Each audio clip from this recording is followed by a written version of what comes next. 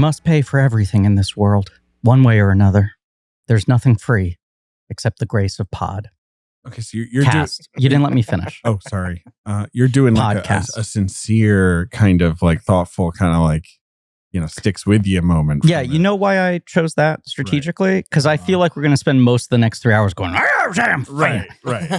A saucy line will not get you far with me is something I say to people all the time. Well, you say it that way? No. How do you say it? Well, I can't. Can you do LaBeef? Do LaBeef. Well, this is what I finally cracked watching it this time. Yeah. It's Damon doing half a McConaughey. Okay. Damon has a perfect Damon McConaughey. With a foot in McConaughey. He'll break out McConaughey on talk shows as like his party trick. Okay. And his McConaughey is the best I've ever heard. Sure. And this is him being like, I can't go full Mac. I can only do McConaughey saying MRI in Interstellar. MRI. It's that one moment. Yeah. Okay. So go ahead. Go be LaBeef. Let me see. I'm looking for a line here. Maybe hold your tongue. Yeah. Do you know how he did that?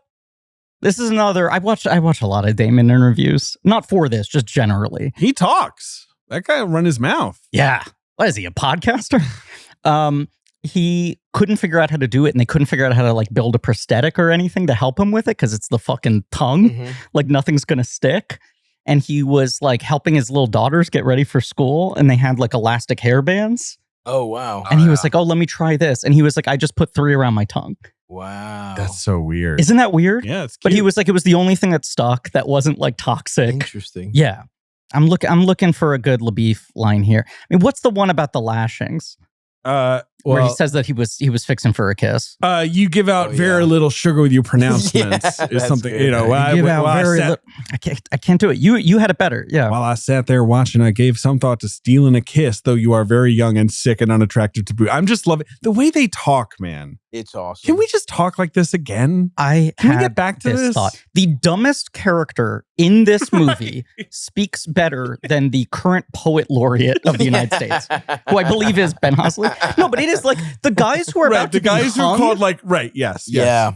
And they're still like, yeah, if I'd shot the right guy, I'd be. And I'm like, yeah, this guy should run for Congress. It's like, I love this guy. Yeah. Every line in this movie, I mean, they've talked about the main reason they remade this is because they love the book so fucking much. And they were like, we think Portis is like American Shakespeare. He is. And like, if you just literally put the book on screen and transcribe every line of dialogue, people will be firing pistols up in the air in the audience, which happened. Someone went, that's like a benevolent Joker. Yeah. Just like shooting a gun to celebrate. Just rootin' tootin'. Instead of the fucking... Yeah, maybe we should bring that back. We should bring that back. You can have a gun fire. and fire it up. Yeah. A gun that only fires up. I'm pro maybe you have like a... Right, if it's like this, a level or whatever? Yeah, exactly. Yeah. You know what I mean? A little bubble. Yeah, a little bubble level. And if it's going up, you can fire it in It won't theater. activate. This movie is so heavy on guys firing a shot in the air to mean something. Right. To be like, all right, I'm out of here. How is not everyone fucking deaf? I think they kind of are. Yeah. They should all be then constantly screaming at one another, basically, to hear what each other is saying. That is true. I mean, he empties his revolver at snakes in like a cave, like 1 inch from her head. That's the thing, is that like I don't know how she ever hears again. Brewster in particular keeps using his gun as like a multi-tool. Yeah, exactly. Sometimes he uses it to like cut a piece of paper, to tie his shoes. Yeah. I thought you were going to go with, I heard you were a man of podcast. Oh, sure.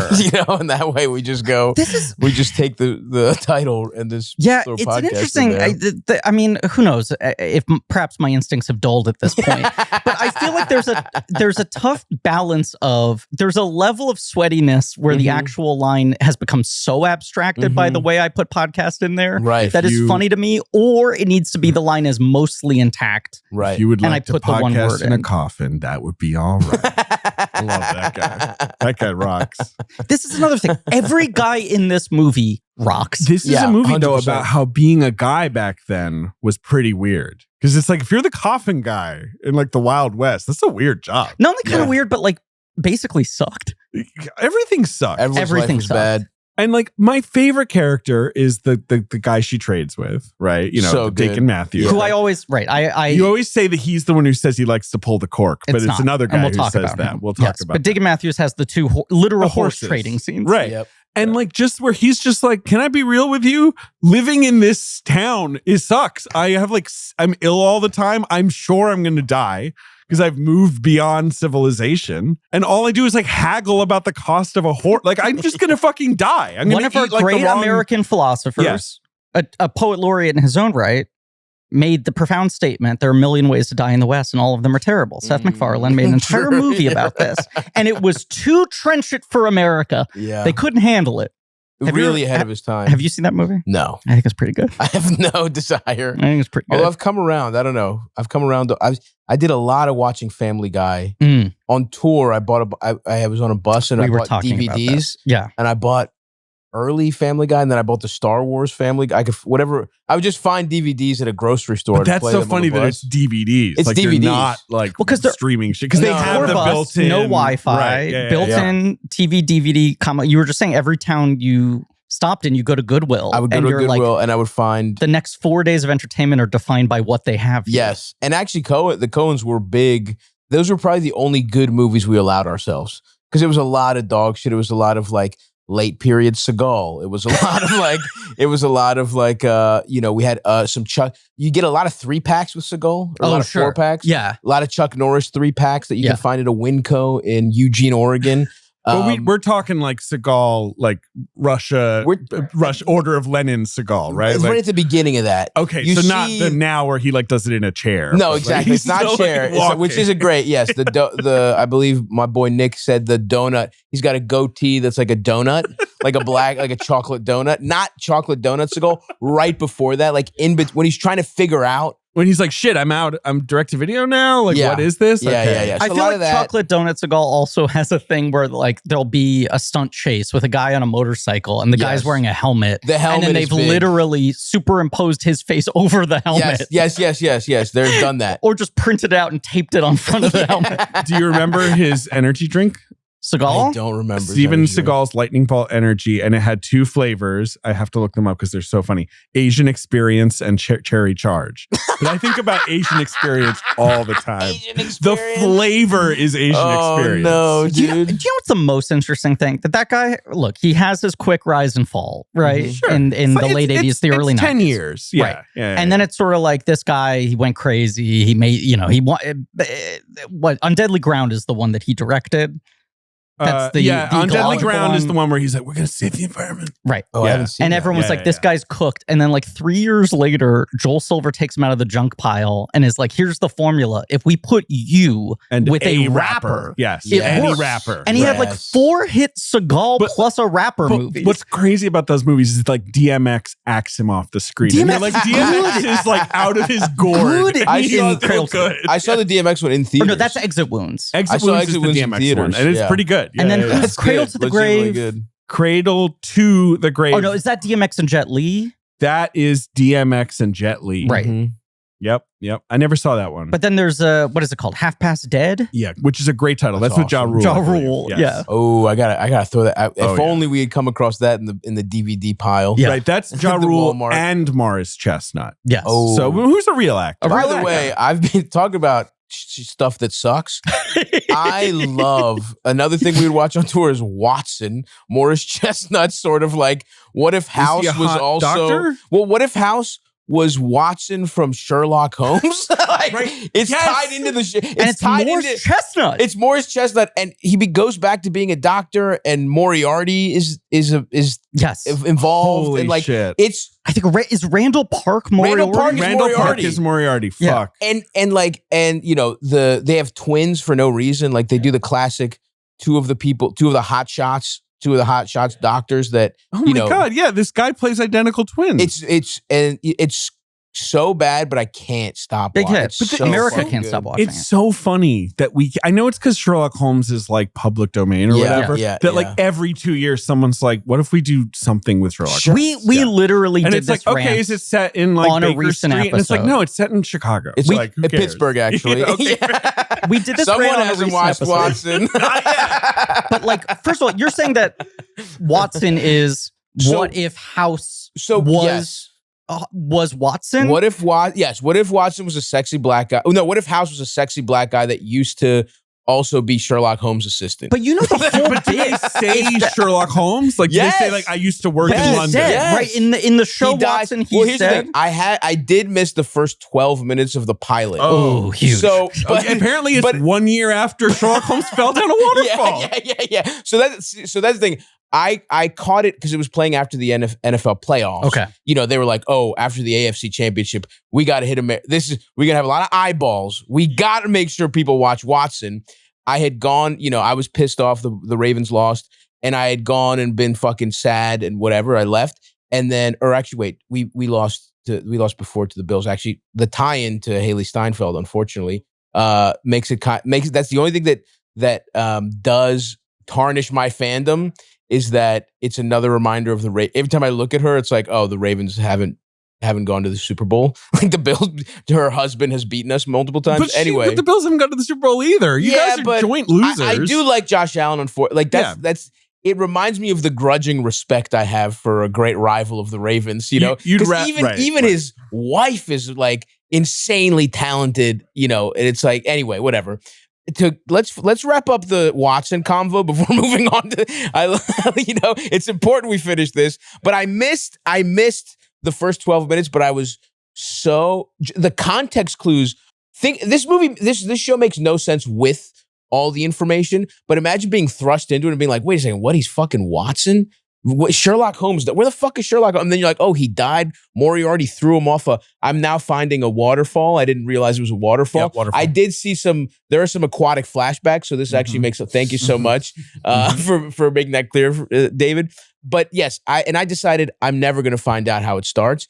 I just need to figure out through the economy of storytelling of Watson. I'm going to figure it out. That's how fucking television used to work. Yeah. It's a crazy thing to think about. Television used to be, you started the episode of Law & Order midway through, and you're like, I guess this guy's the guy who did it. I don't know. And you're like, I guess I start watching the show from this point on. Yeah. And maybe reruns are playing at some point. Mm-hmm. And like 7 years into watching reruns, you might be like, oh, this is the first episode. There's no Wikipedia. You can't like just quickly backfill it. Exactly. You got that fucking Simpsons episode guide, and you're like thumbing through it being like, I hope the B Sharps one comes on someday. Yes. No, I hope someday, 12 years from now, I am on Tubi and the pilot episode of Watson comes up. It auto plays, and that's when. But it has to happen by chance. Has to happen by chance.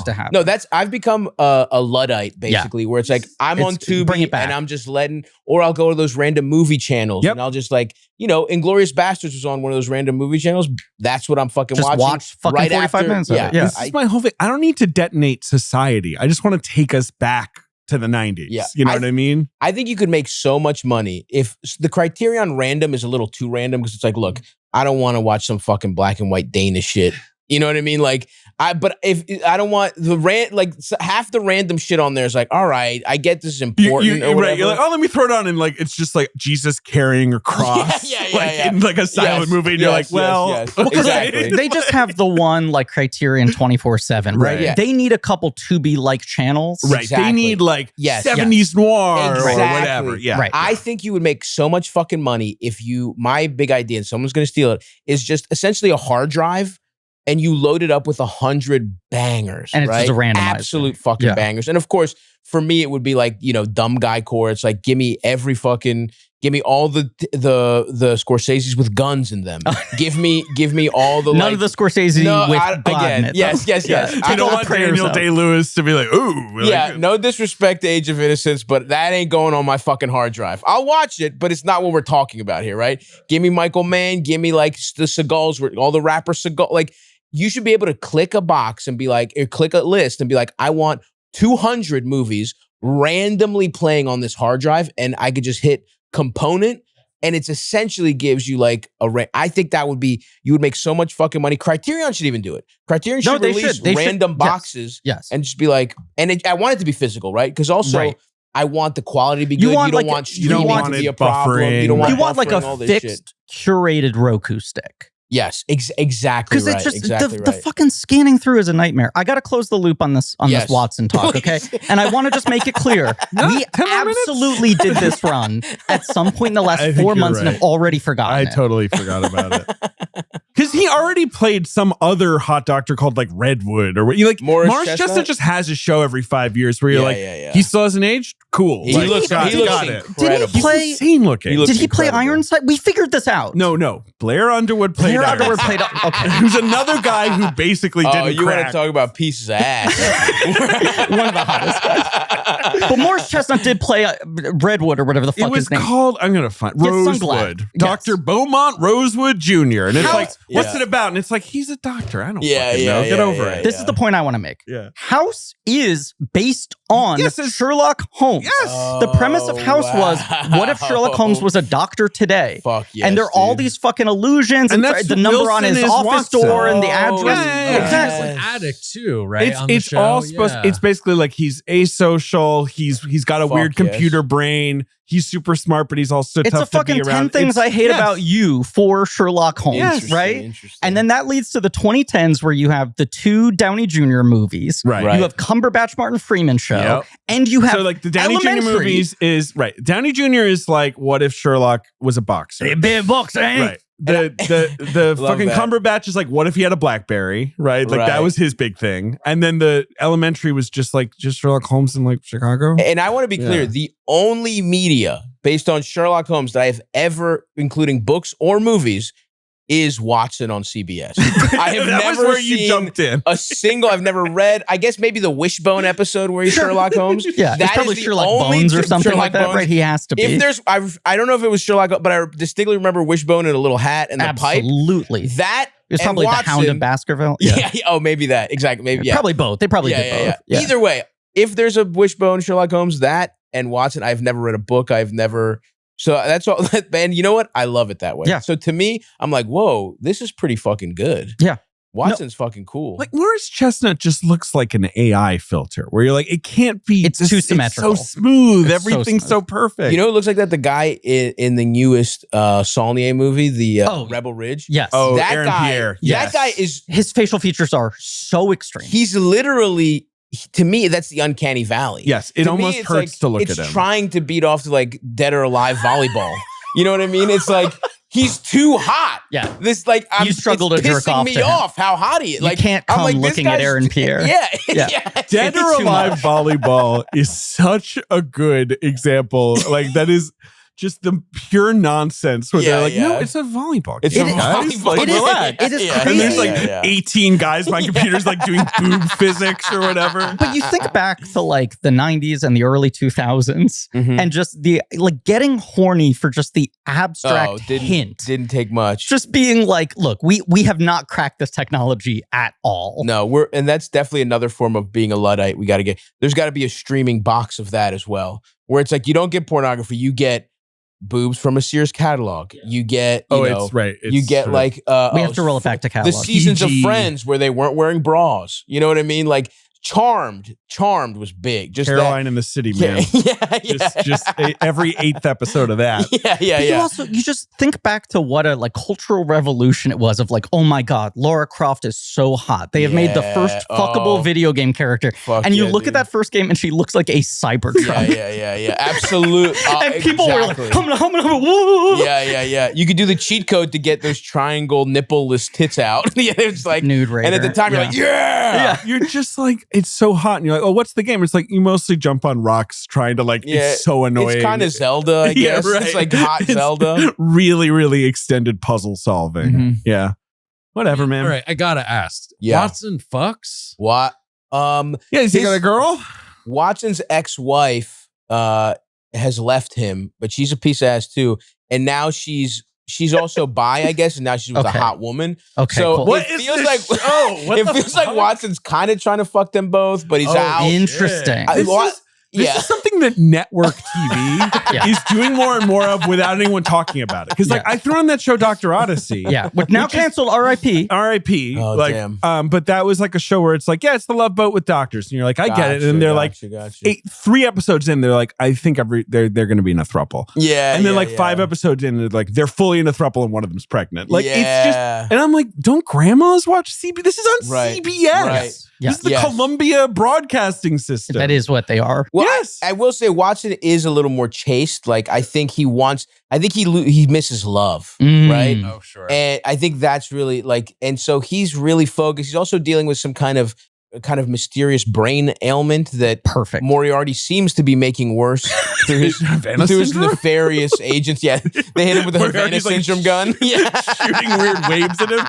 Moriarty infected him with the woke mind virus. Yeah, exactly right. Watson is he, they, and that's his big problem, you know? But yeah, there's not they use Morris Chestnut, but they don't make him explicitly. He's just so focused on medicine. Yeah, he loves and medicine. Piecing his life back together that I think he's not. Hopefully, season 2, maybe he's made peace with his ex-wife, leaving him for a hot woman. Then he can move forward and he can fuck in season 2. But I think right now it's about solving the mysteries that come his way and maybe thwarting Moriarty as well. It's been renewed. 7 million viewers a week. Yes, we wish him all the best. And I am one of those. I am one of those 7.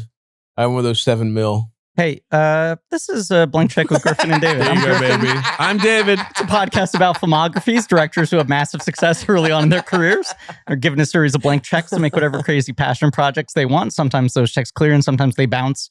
Baby, this is a mini-series on the films of Joel and Ethan Coen, together and separately. You're doing separate. We're doing the separates. Interesting. Cool. We're doing the separates. Cool. It is called Pod Country for Old Casts. Today we are talking about True Grit, their blockbuster. It is. People forget. That's insane. I didn't realize that. Yeah. Fucking big this movie was. This movie made $170 million domestic. Their second highest grossing film, I believe, is No Country, which made 70. Yeah. No, this is their only fucking 4-quadrant smash. It's not just that. It's like that this is them cashing the No Country check. They win Best Picture and they go to Scott Rudin, normal guy.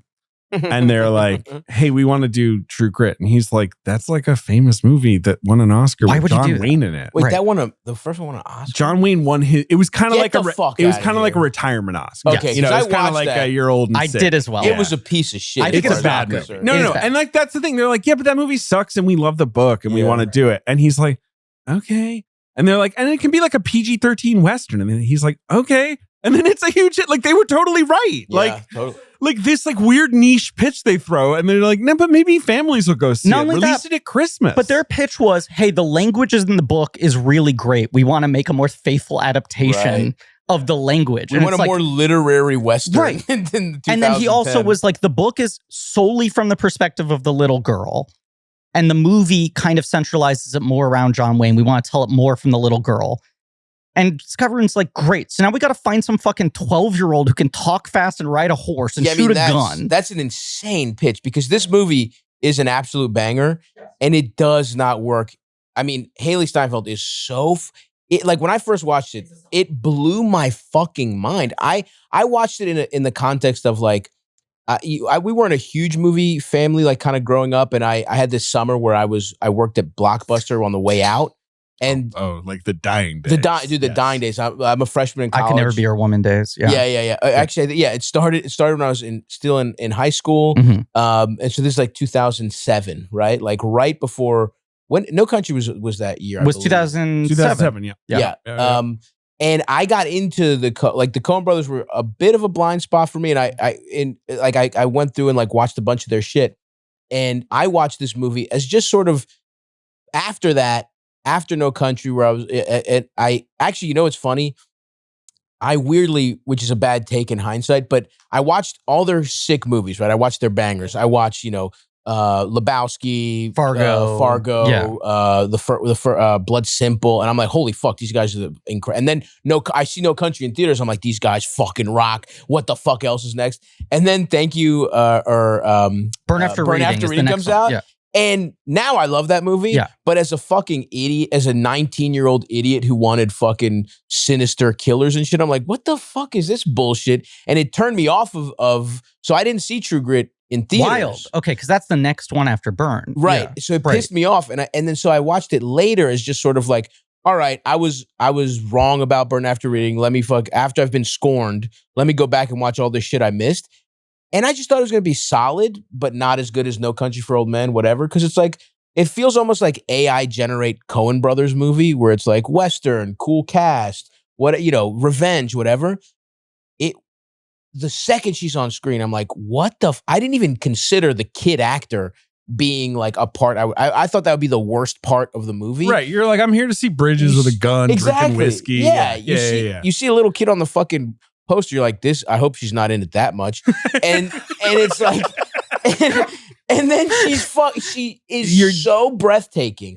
Just her her power. She's like this, like there's like her power level, like a Dragon Ball Z. You put the reader on her, dude. Yeah. She's fucking, her power levels are out of control. Just standing there, just having a conversation. And it blew me away more than any other aspect, which I don't think is a hot take, is that I think, did she get nominated for this? She did. No. They put her in supporting, the thing they always do with kids, even though she is the lead of the movie. I mean, without question. That blew me. And a movie that fucking rules, she is so fucking good. So anyway, she's astonishing. It was and the fact, thinking about them pitching this, and they're like, oh yeah, no, obviously it's going to star a kid. Like, who the fuck let them make this movie? Also, it's crazy. Because was she even an act? Like, who? No, did they just found her? Right? She had like two like sitcom guest spot appearances. Sure. I believe she's on an episode of Back to You. Oh hell yeah.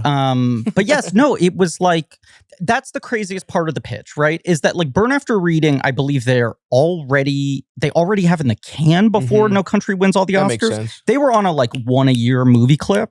So Burn After Reading comes out like 6 months after No Country sweeps the Oscars. But this is the movie they set up with the Oscar cachet. See, if it had been right after No Country, this might have been like my favorite movie I saw in theaters, like in the 2010s. But that was like, they already had that in the can. They go to this pitch, and then it's the craziest part of the pitch is like, and by the way, we can't start making the movie until we find the kid, right? Yeah. Like, I feel like they get Damon and Bridges attached really quickly. Awesome. They've announced this. And then I think the stat is they said they auditioned 15,000. No, they got 15,000 tapes. Okay. They didn't audition 15,000, but the crazy thing is they didn't find her until 3 weeks before shooting. She was...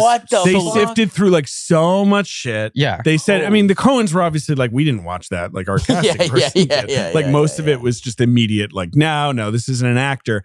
And then they find her really late in LA because they're looking across the country. They're like, let's find some. And they're also Southern like, kid. her name is Hailee Steinfeld. Right. This doesn't sound right on paper. Right. And she's actually like a quarter Filipino or whatever. Like, it's like nothing about her And like a tracks quarter as- African American. Is it true? That's part of the Sinners thing. Yes, she's I talking know about it's this. true in the Sinners. No. That's true in real life. I think it's true. I think. Sure. It might be yes, 180. Yes, Yeah, there's yeah. something. She's got a mixed descent. Yes, she has. Yes. And they were like, yeah, but she could read the language. Like that was the whole thing immediately. Like it's like it's this complicated, weird language. Yeah. And she's just nailing it. And then there's that story Damon has where he's coming aboard a couple weeks in. The Coens come in, they do a take. The Coens come in, give her a crazy, complicated adjustment. They do the next take, she nails it. And Damon goes over to Roger Deakins and he's like, this is what she's like? She's this good? And Deakins is like, yeah, this is what Just she's like like. right out of the box. Like she's like just fucking nailing everything. You know, in the John Wayne movie, and by the way, I love our Damon guest today is Stavros Halkias. Oh yeah, right. From yeah, Stavros How are we doing? From gang? Begonia, That is true. which will I am be in coming out that. around the time this episode It comes comes out. out around Halloween. Yeah. Oh fuck it! Yeah, you're right. Wait, Spooky this is season. perfect. Yeah, This this, is perfect. It's And out. They're It's gonna out need in a this. week. They're Hell gonna yeah. need me doing promo for it. For Absolutely. Sure. They're they were like, expecting you to Emma Stone. hold the train. They were right? like, listen, Who does man. she think she Yeah, is? if you can swing blank check around the release of the movie, we'll let you get the part. And Yes. that was a big risk for me because we didn't even know each other. No. When I got the movie. No, this lined up very well. So, Yeah, your ghost is like, so you can do blank check? Yeah. And you're like, yeah, man, whatever. I can dance. I can do 8 accents. Yeah, I can I fence. can jet ski, whatever you need, big dog. Put me in the fucking movie. But you can hang with the two friends. Yeah. Is your ghost chill? I interviewed him once a long time ago, and he's one of the only interviews I got where the press person called me before him being like, hey, just so by the way, just so you know, he's really weird. Interesting. Like, just like hilarious. get ready for like a really weird guy. Now that was a long time. I think now he's the not man. as No, awkward. No. Yeah. I mean, look, the context is different. I mean, I can't imagine like doing press sucks dick. So if you're like an auteur who's like, well, I don't fuck, even though you know, and like not a performer, and it's not like, a performer. Yeah, it's like the Lobster era where I feel like the first question everyone probably has still is like, hey, why does every character in your movie talk like a weird robot? Like, what's the vibe? Like, what's hey, going I saw on? your right film. here? So what were you smoking, and where can I get some? I assume he just got years of those questions. Yeah, no, I mean, he was the man. And look, I know art kids and I know Greek people, and so like, you know, I grew up around both of that type of guy, and so it's he's like your ultimate guy. and he's a hoops guy. He played hoops. And, Wow. like we had a He's lot. like, He's big. He played big hoops guy. in there was a big part where we were talking about we talked about like hoops, and he's a big European hoops.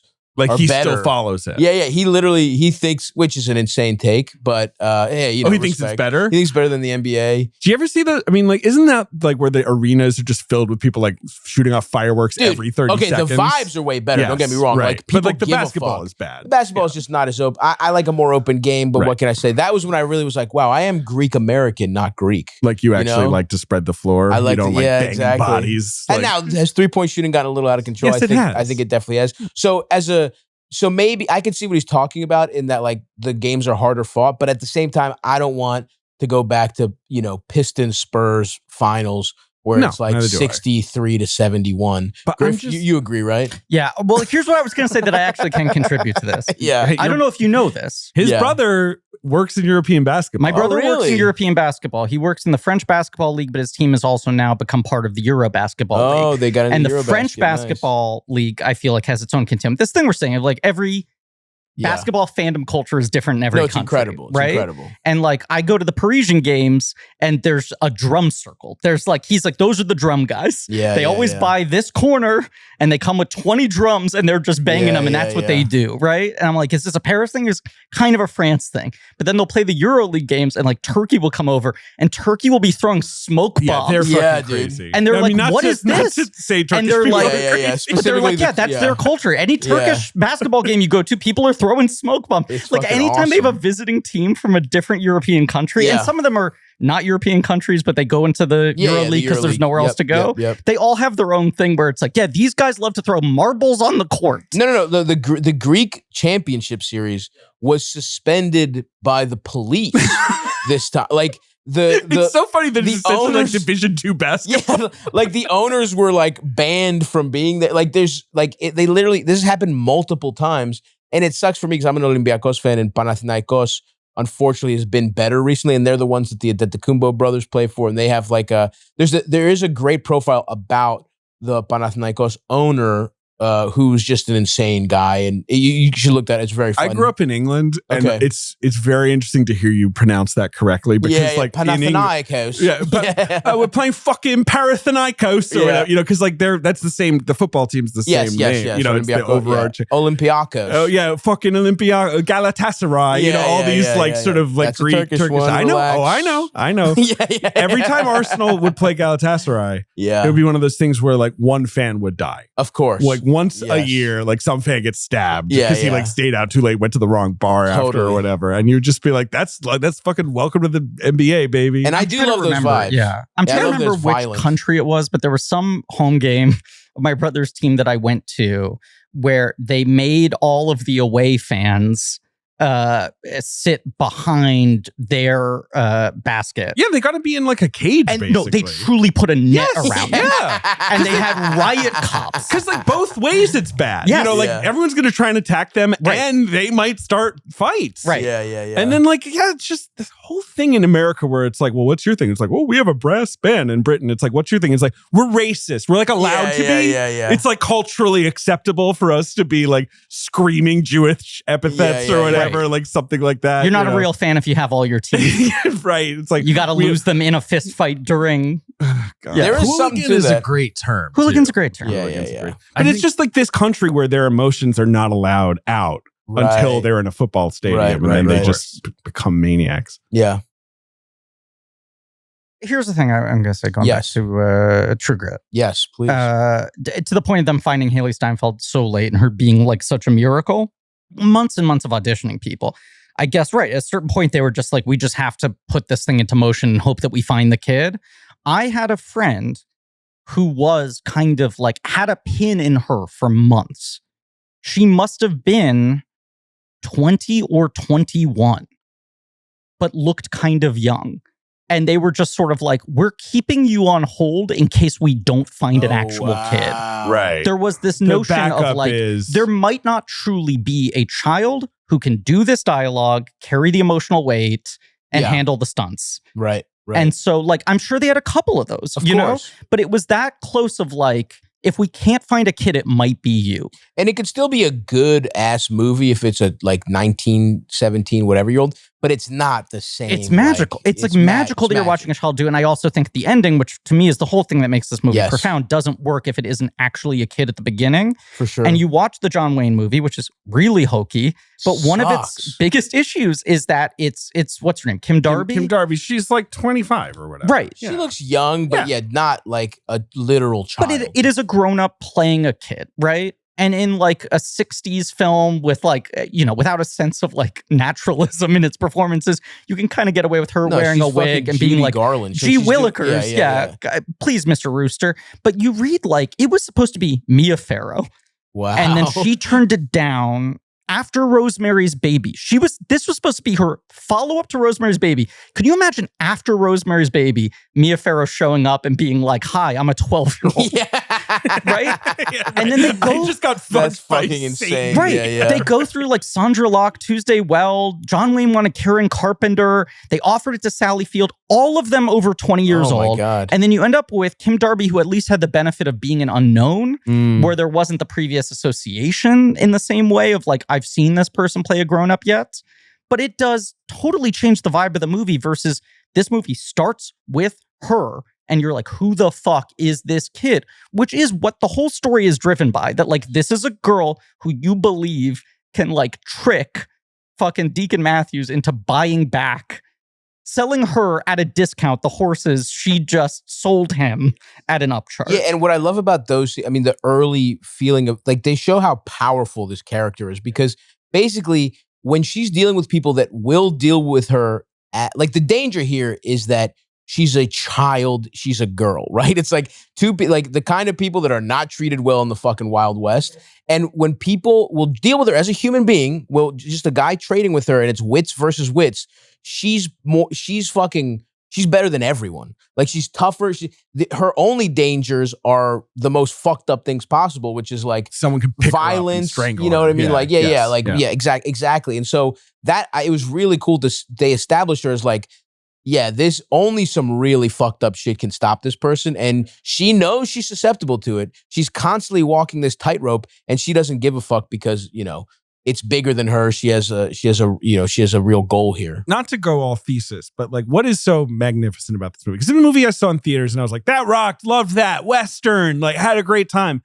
And then as I kept watching, I kept being like, this might be the best movie they ever made. This might be like one of the best movies of the century or whatever.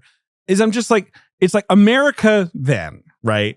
Is like civilization's kind of arrived, but everyone who lives out here is basically just a weirdo or a criminal or a drunk or some like diseased person or an immigrant who can only operate like, you know, out here in the wild or whatever. And, you know, bad shit happens all the time. Someone argues over a dog and gets shot. And it's like, yeah, it sucks and we'll kind of deal with it. And she's just like, a great wrong has been done. And I want this addressed because like this is not fair. Like that this happened to me. And like, she just slowly infects everyone in the movie.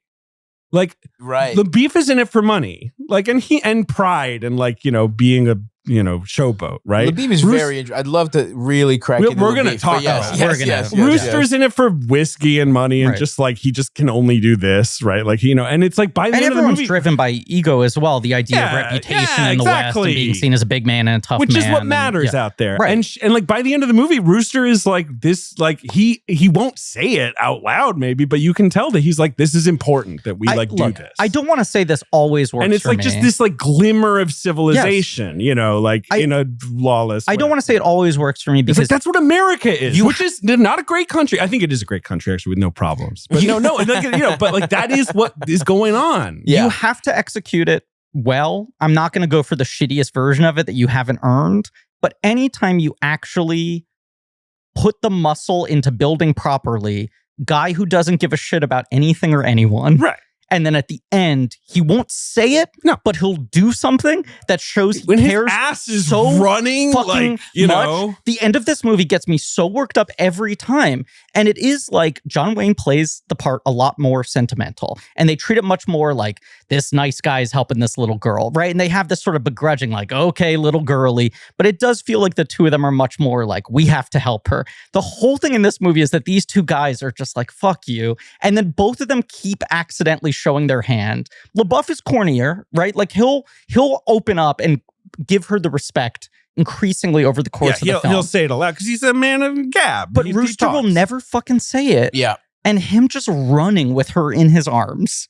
Yeah, her and Rooster really is. I mean, that's the pure shit. That's the and like LaBeouf is interesting to me. Like your point, David, about it really to me feels like the Rooster and Maddie relationship is where you really see it because he really just is a piece of shit. Like he's awesome, but he's maybe one of the worst guys of all time, right? Yeah, I mean he's on trial, and at first you're like, yeah, Rooster, tell him, and then you're like, it does kind of sound like he just shot a bunch of fucking definitely killed him, and also, he was so drunk. And also, like it's later revealed that they're both right. Both our heroes are Confederate guys, right? But he's the type of Confederate that like.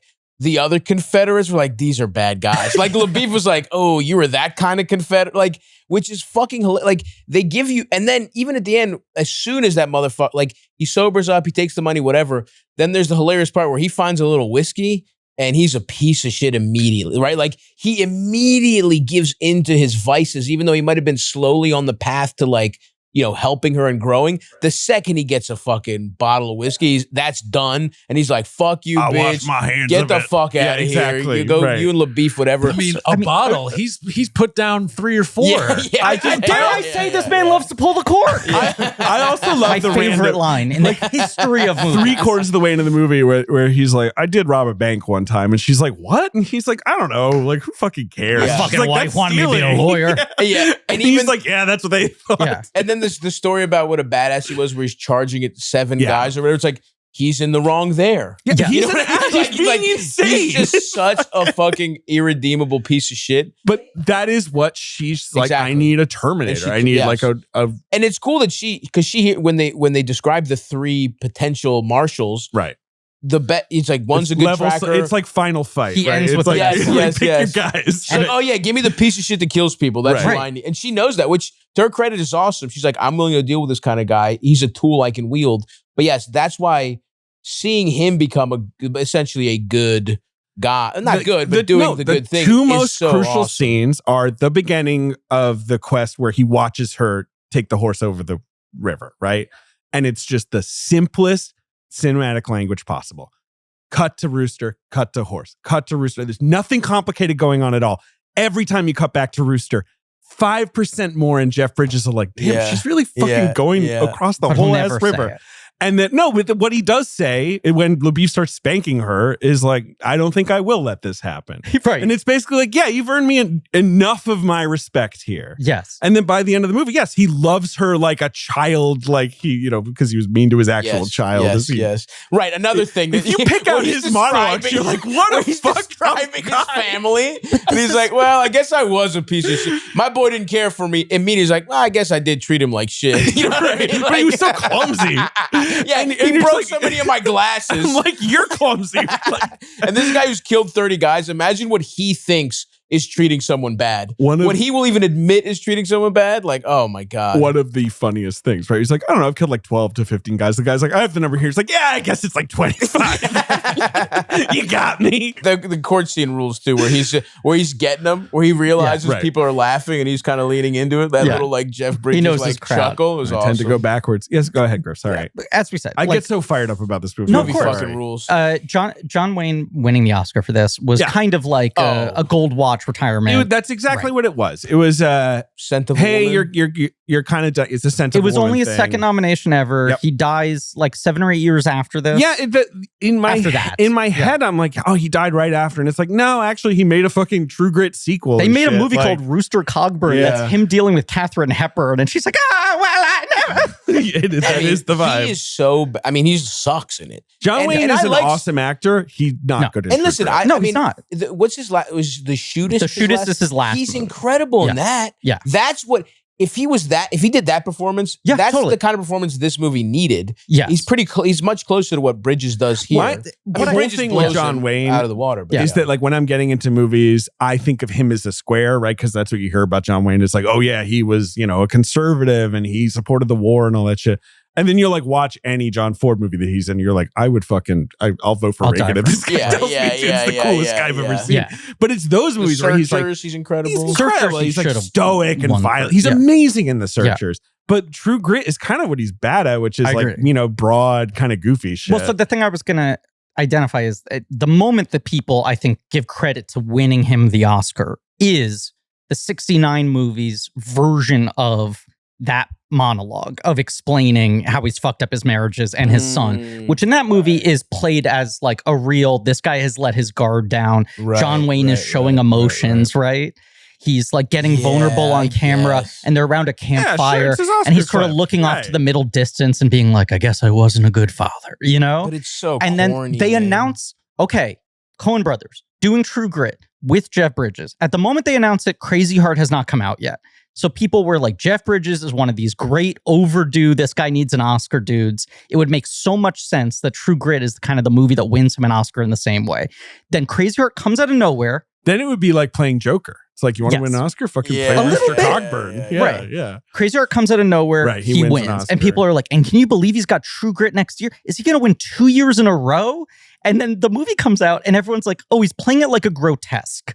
He's not doing the obvious thing you would do He's to try not to win doing an Oscar. sweetheart shit. No, Which he's is like, also "Rrr, like, rrr, I rrr, feel rrr." like what's in the text of the movie is like, this guy's kind of a monster. And not only that, he's like aggressively unsavory. Of course. He's like unpleasant. He smells bad. But obviously Steinfeld is the absolute number one Yeah. secret. But the second thing for me, what they're incredibly good at is all their movies, all the little characters, all the world. It's like, it feels so, all of them are so realized. They're so real. And everyone is disgusting. Everyone is what a guy in that time, they're all sweaty. Everyone looks like shit.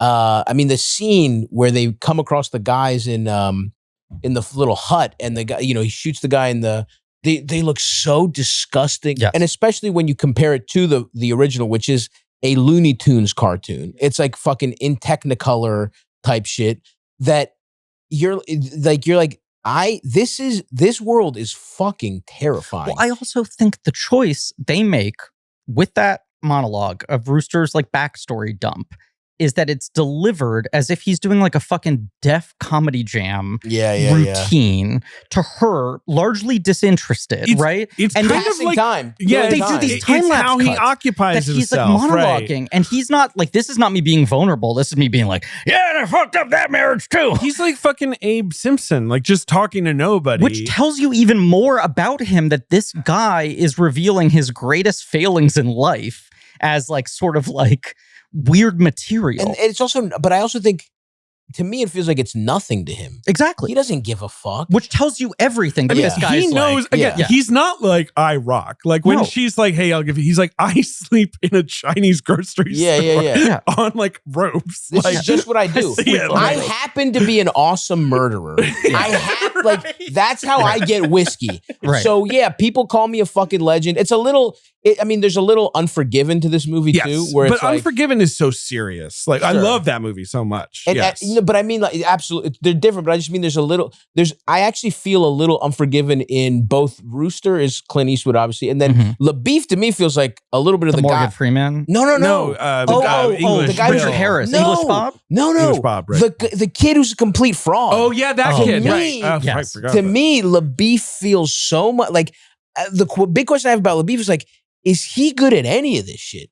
Is he a complete fraud? Right. I mean, in Unforgiven, it's way more. It's so much clearer that that He's character never killed is anybody. is a pure fraud, right? And it doesn't feel that way with LaBeef, right? LaBeef has definitely gone through some shit. It's almost like maybe if that character had to go through war and like maybe figure shit out, but he's not made of the same stuff Rooster is. He doesn't have true grit. He doesn't have true grit. He doesn't have true grit. There's no chance LaBeef has true grit. His French outfit, name, you can't have true grit. He looks like a Toy Story cowboy, Yes, right? he Like, does. like everything about him is like a little too performative. And he's trying to intimidate a child, and he can't do it. Right? He's trying you know what I mean? Even though it's like the craziest. Like, I can't decide if I want to intimidate or seduce you. Yeah. But I'm trying to figure out what a guy should do in this situation. And I'm pathetic at both. Yes. I don't really. You can tell I don't really want to do either of it. Right. And but so it's like he's such a fraud in so many ways. And even, not to skip it at the end, it's like you don't, I love that. I mean, I know it's a hard shot. And even if you just take it at face value, there is like narrative value to him being like, he did this. He claimed he could shoot from far away. Rooster told him he couldn't. He pulled off the shot to save Rooster's life. That has its value. I watch it. I'm like, he doesn't know. This is a complete coin flip. No, she keeps telling him to take the shot. He goes they're too far and they're moving too fast. Yeah. And then finally the guy, Barry Pepper, stops. Yeah. And he gets the shot. And you're like, yeah, good job, buddy. Like, good what job, a bully shot. But also completely lucky is how it felt to me. You know what I mean? And like, he never does anything particularly impressive, but he does like go all the way to fucking wherever the fuck deep into Indian territory. Yeah. Like, he's fine. He's fine. I think his life outside of this, you could read the character as impressive and whatever, but in this movie, he's a complete loser. He just gets got at every turn. And of course, like the number one thing, as Maddie keeps saying, is like the guy they're chasing is like adult, right? Like, when you meet him, sucks. He's bad at everything, dude.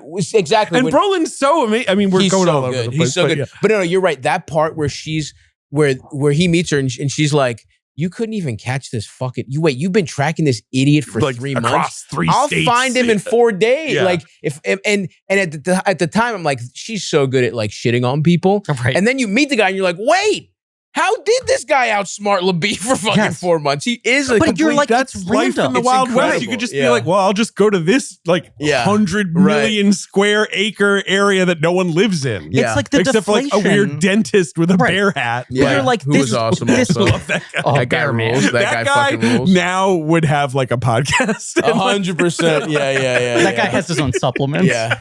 Yes. Every Coens movie has like 5 guys like that, where when they're on screen, you're like, is this the best performance I've ever seen in my life? It's incredible, yeah. The guy fucking... The guy who does the animal noises? Love that guy. sure. That guy's No awesome. explanation of why he does that. That guy's He awesome. Eats it, dead. That's the end. So good. I just like the idea of Barry Pepper being like, I need an idiot, kind of like a cold-blooded murderer. Can we get like an animal guy in here just to keep it lively, in my little posse? Yes. You didn't get to see this in theaters, but I remember the feeling in the audience when Brolin came on screen. Because, I mean, the posters for this movie are Bridges, Damon, Brolin, right? Yeah. Yes. And they had him in the trailer. They have his face on the poster, but they didn't let him speak. And the whole movie's structured around like, here's the big bad that they have to go and get revenge on, right? Like the bill must be settled, right, with this man. And then you get to him and like the Carter Burwell score is swelling and she sees him, she clocks him. The second he starts talking, the audience just exploded with laughter. Incredible. And it just this immediate communication of, oh, this guy's like nothing. Yeah. This guy is nothing. What It's are like you doing here? It's like the reverse Spacey in Seven. Yes. It's like the absolute reverse of like... Right, where you're like, this guy's so much more terrifying than I could have imagined. Yeah. And you're just like, this is some random guy who like shot a dude because his ego was threatened. He was a little scared. Yeah. And yeah, even the way he's like, he's like, hey, what are you doing here? Like the friendly conversation he's having with this girl whose dad he knows he killed. He knows he killed her dad. She's looking at him like death, and he's like, "Murder!" Hey, and he like literally is like, "Let me put my gun away." Like, what are you doing? Yeah. And then my favorite thing is when she like points the gun at him. He's like, "Nothing goes right for me. This sucks." He's such a sad sack. Like he expects her to be like, "I know, man. Yeah, it really sucks to be." And that's basically he reveals the only reason he killed her father was because he felt like he made him look weak. Yeah. Right. Yeah. Yeah, he felt a little cucked by Maddie Ross's dad, who I guess the implication in this character is that her dad must have been an exemplar to her in some way.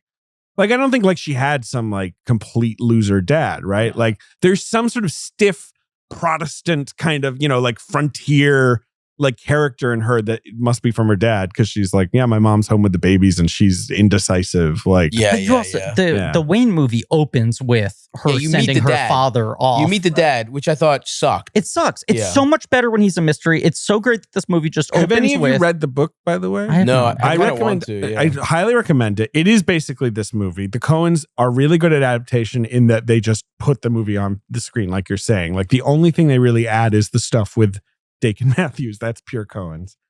Although there's a version of that scene in the original film. Yes, they amp it up. I highly recommend all of Portis's books because there's only like 5 of them. They all rock. They're all short. Westerns? No, most of them are. His first book, Norwood, you would absolutely love, which is like a weird road trip movie about like a guy who got discharged from the Marines and just meets a bunch of weirdos. Love that. I just watched what's the Nicholson movie where he's taking young Quaid to jail? The Last Detail. Love that. Yeah. Which is kind of similar to what kind of the vibe you're talking about there. But like it's just like every piece of dialogue in his books is so cool. And that's what this movie is. Like anytime anyone talks, you're just like, put that on a postcard and hang it on the wall. I will admit, when I saw this movie the first time, I was a little disappointed by it. And I think it was loser. Coens run such a heater run in my mind. Right. I was really in. I forgot, of course, a Serious Man happens in between Burn After Read, which also is amazing. So that's their other cash in of like, what's the least commercial movie we can come up with? Yeah, I watched those two back to back. Later, and I was like, these guys are. But that's the era where you stepped away because you were like, are they doing silly shit now? Exactly. But I was so into those 3 that I felt a little disappointed by this because it felt so much more straightforward to me. Where I was waiting for the weird Coens twist on it. I saw a second time in theaters and immediately was like, what the fuck is wrong with me? It is a movie that like, if I can't sleep, I will just like open iTunes and just scrub to any random part and be like, let me just watch 15 minutes until I pass out. It has also the most beautiful music. Yes. Like the score is so perfect. It's so good looking. Deacon's on fire. Yes. It looks incredible. It looks so good. And the dialogue is just like it's musical. Yeah. Yes. No, it is. Let me open the dossier just to tell you. Like the thing about A Serious Man, Griff, is they're like, we had that set up before we won the Oscar. The Coens are very upfront, like, no, this is us trying to leverage our Oscar. Even still, this movie only cost $40 million. And like, they don't go over the top ever, really. No.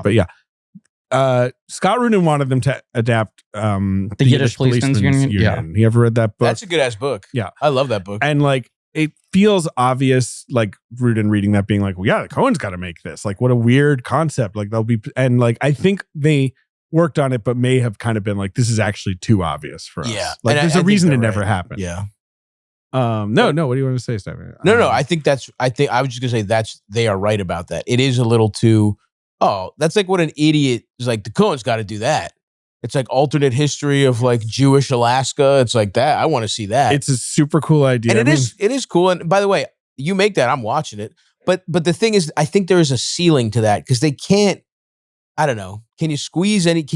What can you do to make that next level awesome? I don't know. The way they took this and this feels now I haven't read the book, but it feels elevated, particularly after watching the original. Yes. But also Rudin pulls them out of their flop era, right? Like Rudin enters the picture. He's the one who's like, do no country. Come on. And like, Lady Killers, they do no country. He sort of like got them at this point.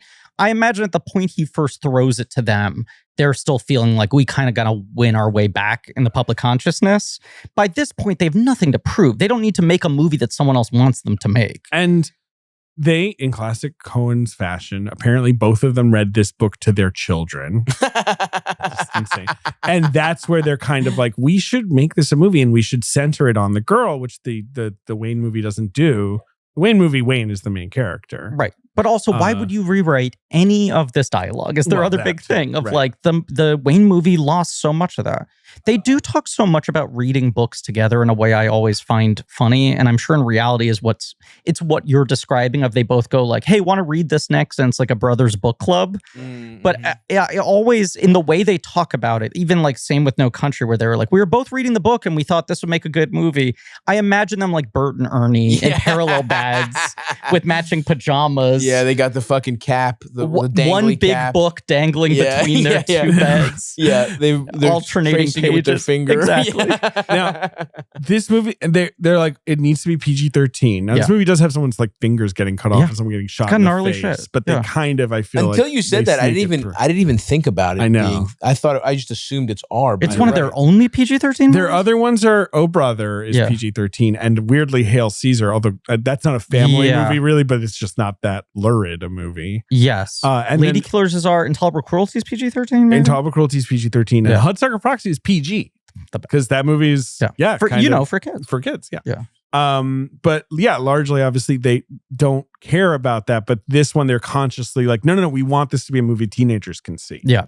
Because it's about a teenager. Or it's about a child. 100%. Yeah. Like that is like, I know this sounds so silly, but like that is that, they basically are like, Maddie is a pill, but like we're drawn to her. She's so admirable. We love that like Presbyterian Protestant ethic. And they are very clear. Like we saw that John Wayne movie when we were kids. We did not revisit it. And we told everyone not to watch it. Like costume designers, production designers. We're doing like, the book. do not watch that movie. Yeah. They're pretty obviously disdainful of it though. Like they're not just like, oh, it's a legendary movie, but who cares? They're like, no. Like we don't like that movie. I mean, it sucks. It's not good. It's surprisingly it bad. Fucking sucks. Yeah. And not only does it suck, but it sucks in ways they're like the way like old kung fu movies, night would clearly be day and they just turn the fucking exposure down. They do that in this fucking movie. Yeah. It's a fucking John Wayne movie in the 60s. You can't shoot at fucking night. I have to look at this blue ass bullshit. Like, it's crazy how much it sucks, dude. It's like, I know this looks exactly like fun kung fu movies that are pretending it's nighttime. It's like, it was, and we need some scope here. We need like this it to was feel so epic.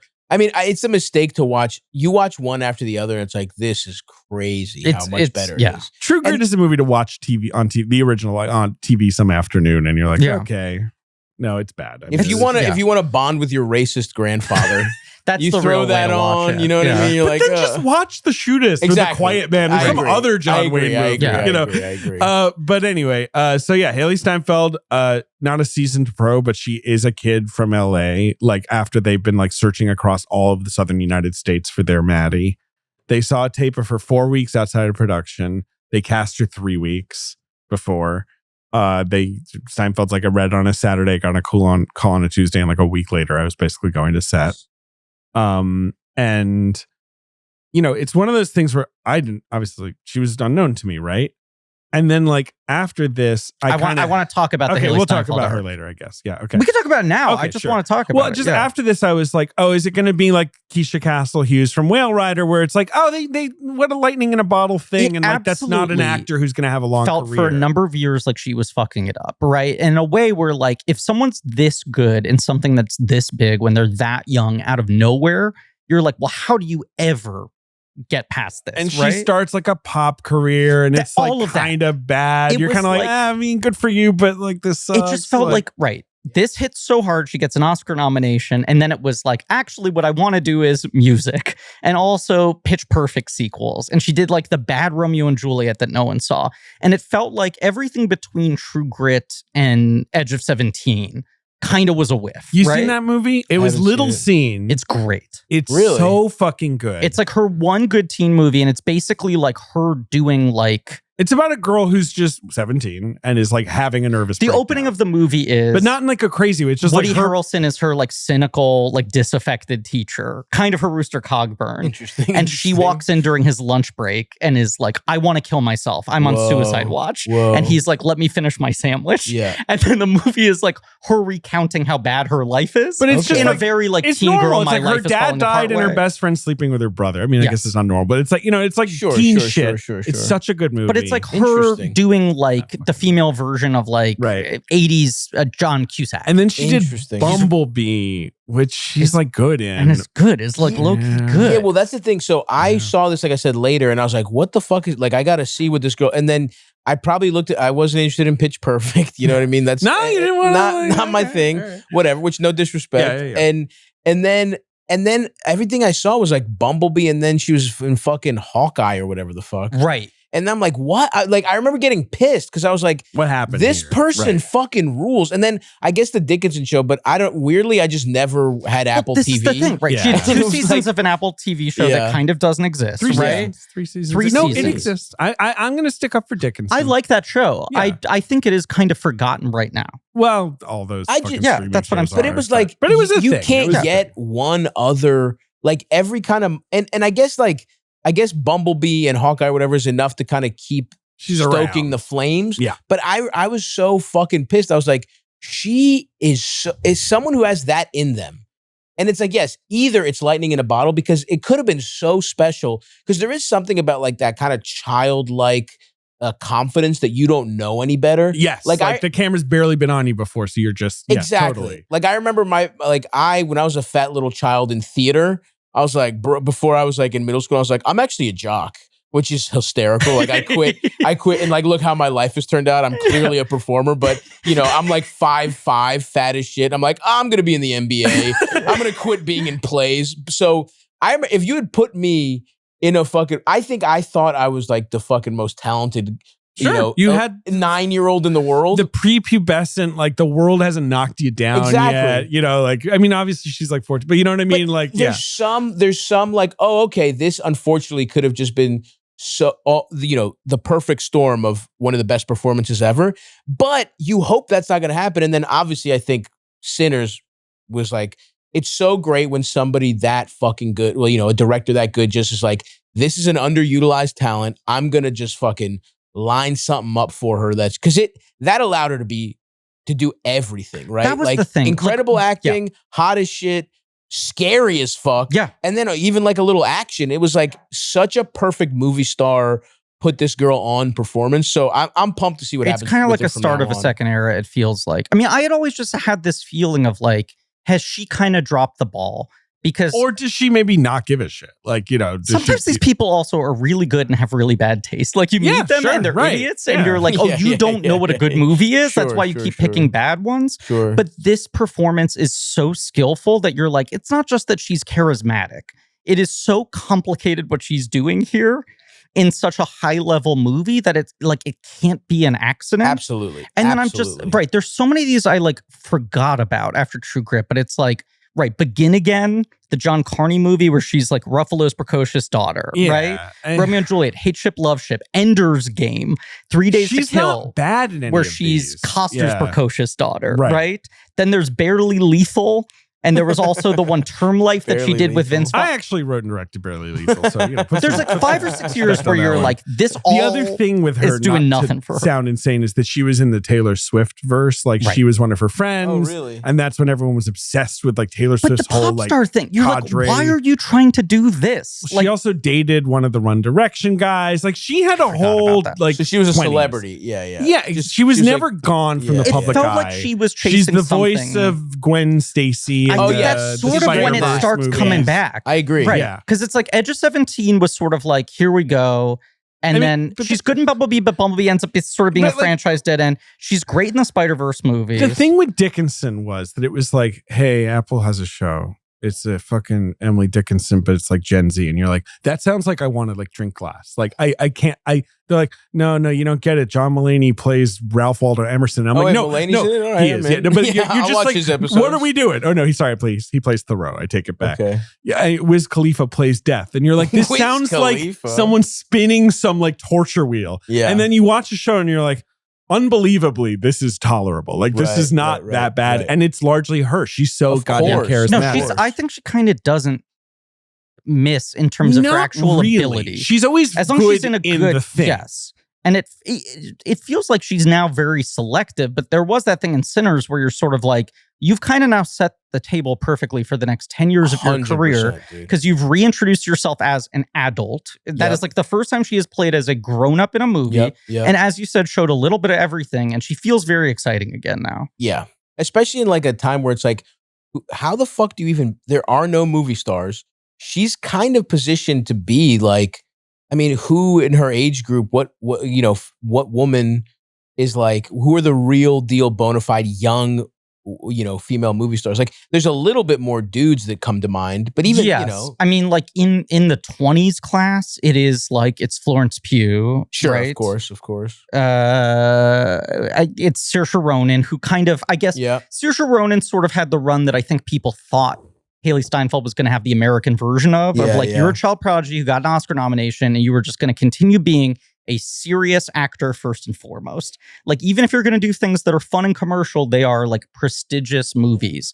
And Steinfeld, it did feel, was doing the kind of like, I need a blockbuster. I guess I should do a Marvel. She's fucking great on Hawkeye, but it's one of those like... it's fucking Hawkeye. That's the thing. By the time it comes out, you're like, why is Hailee Steinfeld doing 6 episodes of a Disney Plus show for the least important Avengers? One? Yeah, come on. And she's like on fire in it. I remember watching it being like, right, Hailee Steinfeld. She's good at it, but got, like, I watched that show. Scenes with Florence Pugh, and you're like, this is like fucking Pacino and De Niro going at it. And you're like, why is this being wasted on Hawkeye? Yeah, put it on fucking WandaVision, the one everybody was like excited to see. Yeah. By the time Hawkeye comes around, everyone's like, oh wait, this fucking sucks. And now she'll like show up in end credits and be like, I don't know, maybe I'll come back. Like they've just kept her on the burner now. Right. You look like you were about to say something, Ben.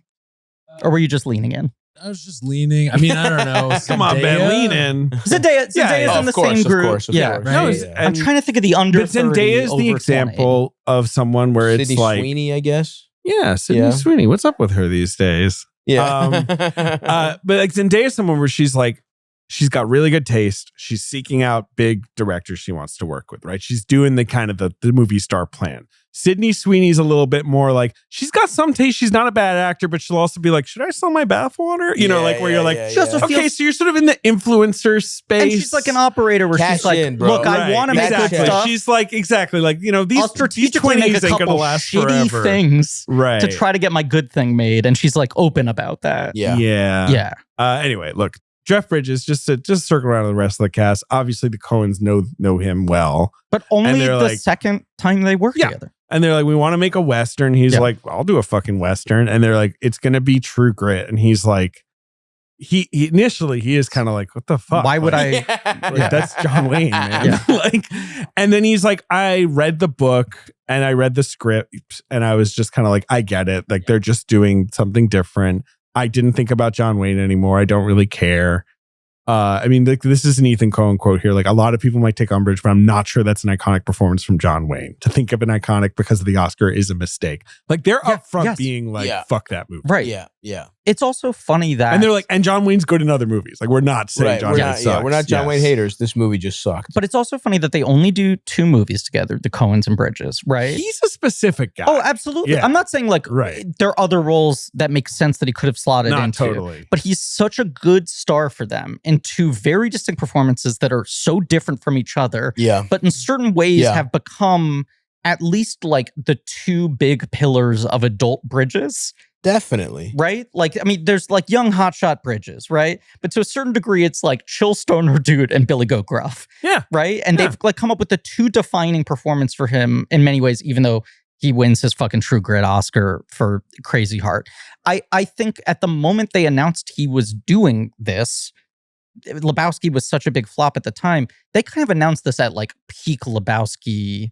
Everyone's revival. Like, iconic. By that time, the idea of he's working with them again was like lightning in a bottle exciting. Yeah, that's crazy to me because again, I didn't even know that it was a flop. You know what I mean? Like flop. For me, it was like the thing everybody talks about in college. You go to college and everyone's like, this is one of the 5 movies. Right. Yeah, you have Boondock Saints. Of course. Oh, don't even get... When you guys do the Boondock Saints episode, I got dibs on that. Please come back. I have watched Boondock Saints so recently, it's hysterical. I watched if it's in the last 15 years, it's pretty I watched Boondock Saints like back to back. I watched it once on the bus. You had it on and the then bus. we watched, me and my buddy watched it the day. We were like, oh, we're probably gonna end up watching some shitty movies like Boondock Saints. And then he started playing it. And I'm like, haha, very funny. Watch the whole fucking thing. The second you put that shit on, dude, I remember being like 12 and being like, me and my little brothers having an earnest conversation where we're like, okay, it's Godfather 2 is still better, but Boondock Saints is like nipping on its heels. Because it is in the conversation. It is actually a movie that is like the point of view of a 12-year-old Exactly. boy. It's where you're like, that's actually how you should approach life and crime and like, clean up the streets and protect your bar or and whatever it's a the very fuck they're nuanced doing portrayal of what gay people are like. It's a woke movie. Willem Dafoe's gay. Yeah. Like, the movie's got its head on its shoulders. Goddamn. Yeah, the Troy Duffy. Is that his name? Yeah, that's his name. And he keeps being like, I got 3 ready to go. Did he make 3? Am I wrong? Did 3 happen? They keep saying they're going to do it. No. They I looked this up recently. Okay. It's been in development. I mean, the whole But thing is he's that never Norman directed- Reedus' like stringy-haired ass is more famous than ever. Like, they Exactly. should cash in on it. Yeah. But he's never directed a non-Boondock movie, right? No. Yeah. Who's the other guy? It's Norman Reedus. Who's the other guy? Sean Patrick Flannery. That guy must be like, come on. Because like Norman Reedus is like, I'll go do another Walking Death Dead Stranding shit. and Walking Dead. Sean But they'll Patrick Flannery's also like, show up in other shit like the Bike Riders and basically just be the same thing. he's Norman in Reedus Ballerina. Right. He just shows up with the same look on a motorcycle. Yeah. And does his thing and leaves. Respect, dude. No, I think them announcing Bridges felt like, oh, De Niro and Scorsese are doing The Irishman together, right? Yes. It was like they're Where they're coming like, it's back almost together. a layup, but you know what? I want to watch that. And that's a perfect old man part for him. Damon, this is the first Damon Coens? Yeah, and the only. It's the only. It's just so funny that every time they get like an Oceans guy, like Clooney, Damon, Pitt, they're like, yeah, you're a buffoon. You play you're like a nincompoop. I mean, they love making traditional movie And Damon's stars like, I get it. The way he puts it is he's like, I want a guy. This guy is like presentation of Tommy Lee. Hilarious that's who he's thinking of. The like charm of Bill Clinton, no substance. Like that's my approach with this guy. Like he's slick. He's put together. He's a zero. Like he's otherwise. so fucking good in this, and he's litigated it amazing in this before. movie. I'm always like, it is astounding he didn't get nominated because he's such a big star in such a like killer scene stealing supporting role in a huge hit movie. But it's incredibly stacked. Yeah. So this is they're catching Damon when chronologically. That's a good call. When is it? He's finished the Bourne trilogy, and in theory, that's in the back seat. I mean, this is a period where he keeps saying, "I want to direct. I think I want to transition more to directing," which ends up being more the move that Affleck does. This is a weird time for him because you're right. Like the last Bourne is 2007. In 2008, he like pops into fucking the Che movie for a second. All right. You know, in 2009, he pops puts on into Youth Without Youth. Yeah. In 2009, he puts on a bunch of weight and he does The Informant, which he's great in. That's a good movie. The Informant's good. Yeah. Yeah. And then he somehow loses all the weight, but plays a rugby player in Invictus, which is like a bad movie, but he's fine.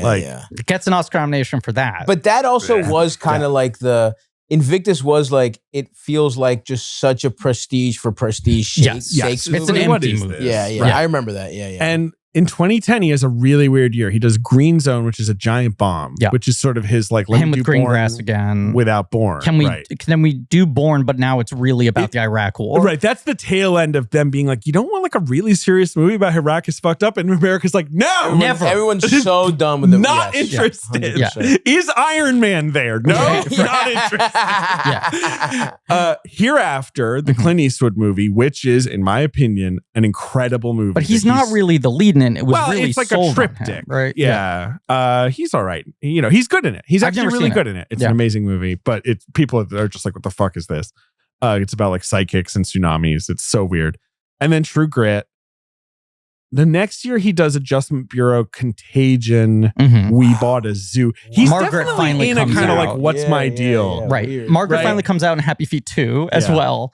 And then he's like, he's like, all right, can I not be an action star? Can I make like, you know, proper dramas and stuff? And like some of them are good. Some of them are We Bought a Zoo. I need to throw out the other two factors at play here in this era, okay? One is that he says, I want to direct. Promised Land, which Gus Van Sant ends up directing, that he co-wrote with Krasinski and still stars in, was supposed to be the first movie he directed. And there were a couple other scripts he bought that he had announced he was going to direct. And in this era, very overtly in the press, he keeps saying, I think I want to transition more directing. So when I do a movie now, it's really based on me wanting to learn from other directors. So there's a certain amount of checklist, like, am I thrilled about doing Invictus? I got to work with Clint. right? True Grit, I need to have a Coens in my back pocket. I'm trying to study all these people now. So he's sort of going director first, and then there's a lot of him returning to his regular Soderbergh, Greengrass, repeating his guys, right? The second thing is, in this exact era, these are the movies he did instead of Avatar, where he was the first choice for Avatar. And Cameron's and they were like, you get a ton of money, you get a piece of the movie. You do have to live in New Zealand for like 3 years. I can't give you the money because the tech is so expensive, but I can give you 10% of the film. Oh my God, of the grosses. Dude, and he's like, that's going to take me off the board for like 3 years. But it was for these fucking movies? Yeah. Because he would, I mean, look, no disrespect to, Jake Sully, but Damon as Jake Sully is better. It's this weird thing of Damon would have been great, and I almost wonder if the movie. Powerful?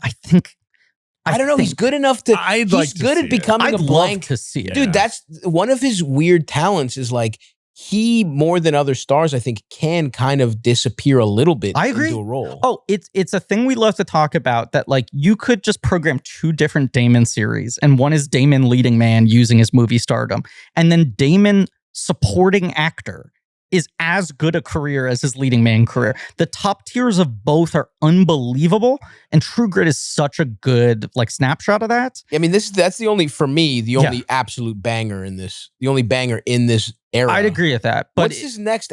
Okay, I know but what's his next like? Well, banger, then he kind of has this? right. So then it's Behind the Candelabra, which he's incredible. Is a banger. Watch that. With my mom came to visit New York, and for some reason, we watched that with her. Throw it on. We just threw on that while I'm hitting a fucking weed pen surreptitiously. Hell yeah. Way too high. And I'm like, oh, why am I watching this movie with my mother? Matt Damon's Michael Douglas like, shave another 5% off. It's so good. Sky. But I'm too high to change it. Anyway. Then he does Elysium, which on is- paper, Elysium like, is him being smart, and unfortunately, the movie's dog shit. Similarly, Monuments Men, Right. Same Oh, deal, wow, right? yeah. Then Interstellar, which he's unbelievable, Interstellar, so but good it's in a that. secret So it's- performance. Right. Right. That's It's him hidden doing in the LaBeouf. movie. That's True. him being like, I'll That show is up LaBeouf. later. That is definitely LaBeouf. He's good at that shit. Then he does The Martian. The Martian is his. And So it's the like- Martian is the first one. yeah. But that's that's 5 years 2015, later, yeah. and then he does the 2 movies after The Martian that felt like his I need to get a surefire hit. Yeah. And both of them don't work. It's Where's Jason Great Wall? Bourne and Great Wall are Great both Wall. 16. But Jason Bourne made a ton of money. It did. It's just no one remembers it. And Great Wall yeah.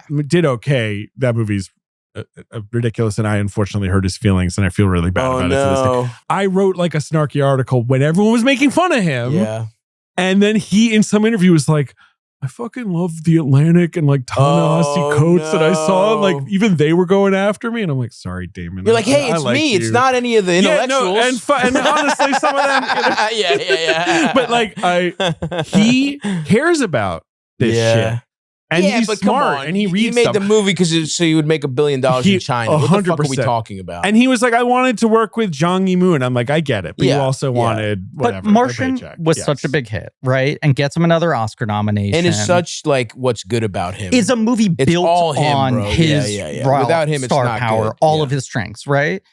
The fact that Great Wall and Jason Bourne are the year after that tells me that like 2 years earlier he was panicked. right. Of like, I have Right, not had a movie star hit right, since Bourne right. ended, and who knows what The Martian's going to be. So here's Yes. like a Zhang Yimou, like China co-production at a time where China's taking over Hollywood, and let me go back to Bourne.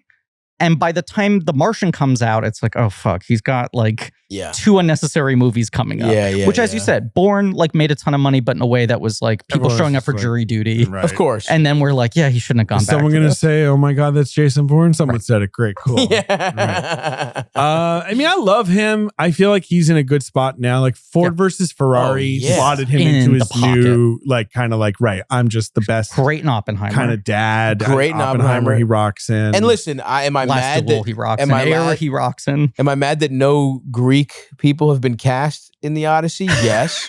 And maybe if this had happened, like I'm pissed because I feel like maybe if this had happened, maybe even 2 years later, You would have been in I there. get to just be like in the background, some guy that gets Some killed so rowboat guy. fast. Or can Yeah, you be right. Some guy that Dionysus? gets Can there killed- be oh, like dude. a cut up to the heavens I would and you're love looking to down, be Dionysus, dude. being Yeah. like, this shit's crazy. Well, first, here's where I'm positioned for. Yeah. The scary movie version of the Odyssey. There we when go. they do the Nolan, when they get when we get the band back together and they do like a spoof of Nolan's movies, I get to be killed in the Odyssey part of it. You know Friedberg what I mean? and Seltzer's Nolan movie. Let's get the Seltzers back. Yeah, absolutely. Yeah. It is, now that I'm looking at it, it is funny that it's like, can't just fucking get Benny Safdie and John Leguizamo and shit It's in like here, one. you know? Who I give us love. one- I love Yeah, them. these are all great. And look, at the same time, it's mythology. It's cool that it's no one is from anywhere. Everyone, it's one of everything. But it's like, it should be like the Olympics where the home country gets one, even if they're bad at, you know what I mean? Like, Not to be rude about Greece, though, but isn't this what Greece pulls once in a while? Where they're like, it give us an is. Olympics. Well, yes, We've it been is to the Olympics. It's our artistic Olympics. Yes. Where it's like the home country, even if like,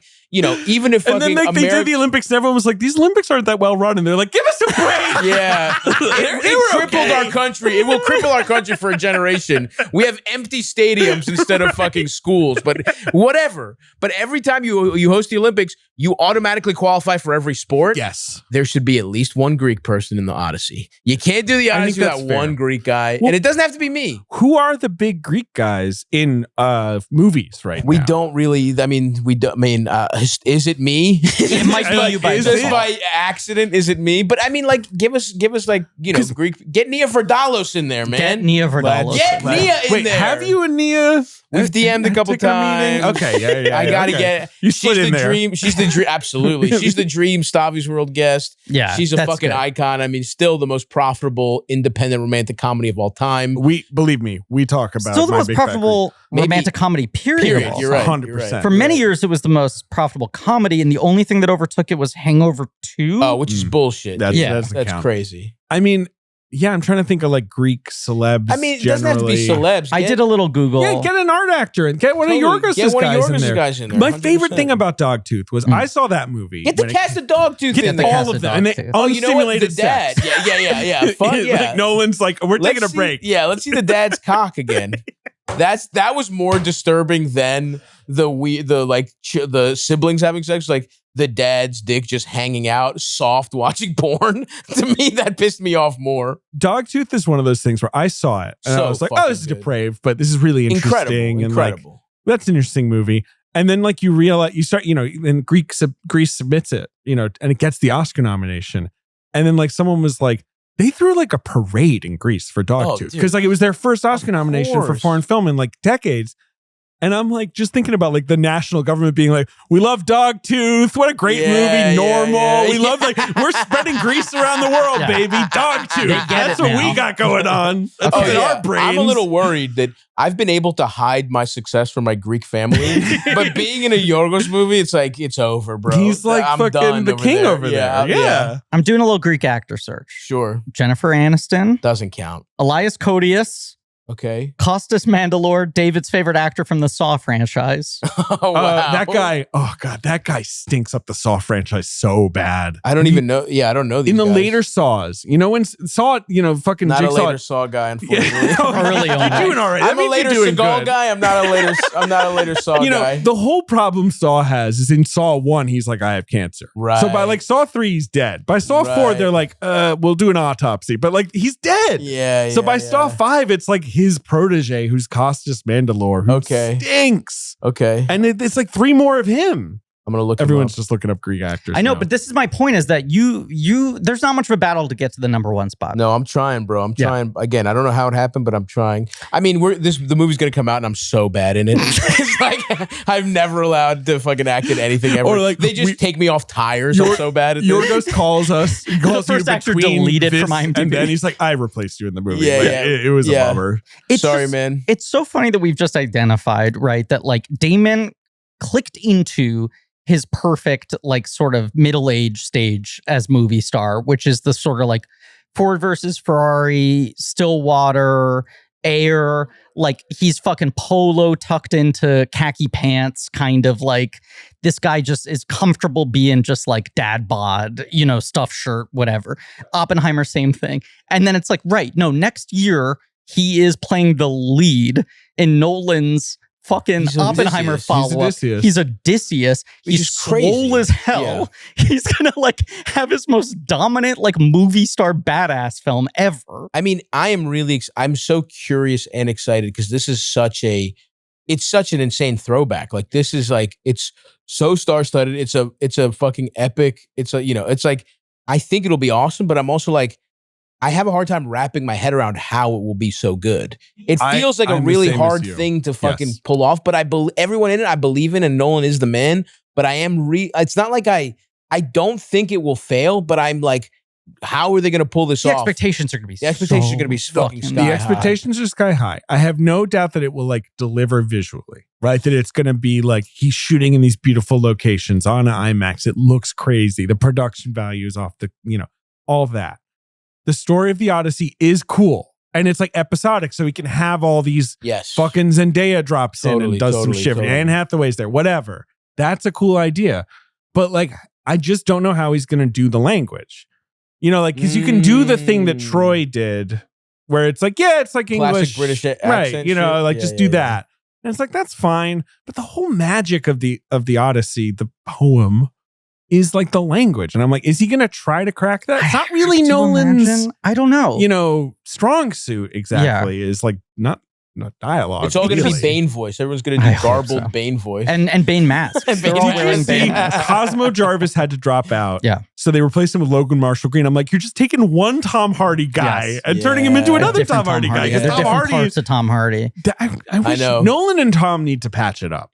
Whatever happened there, we got to squash the beef. Yeah. I need Hardy to make a good movie again. Yes. And I need Nolan to have him play some weirdo. It's just like so funny that because of this beat that we have Nolan built for watches ourselves. like the Venom movies? Nolan watches everything. He does. Of course he watches the Venom movies.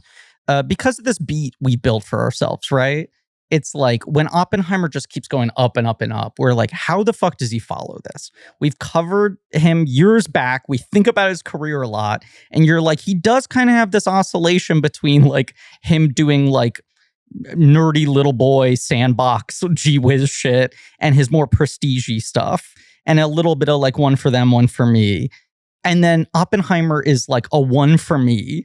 That is him going like highbrow that plays like a fucking blockbuster. And you're like, so does he do like a Tenet now? Or does he do something even headier than Oppenheimer? We couldn't even conceive of what kind of thing he would try to do next.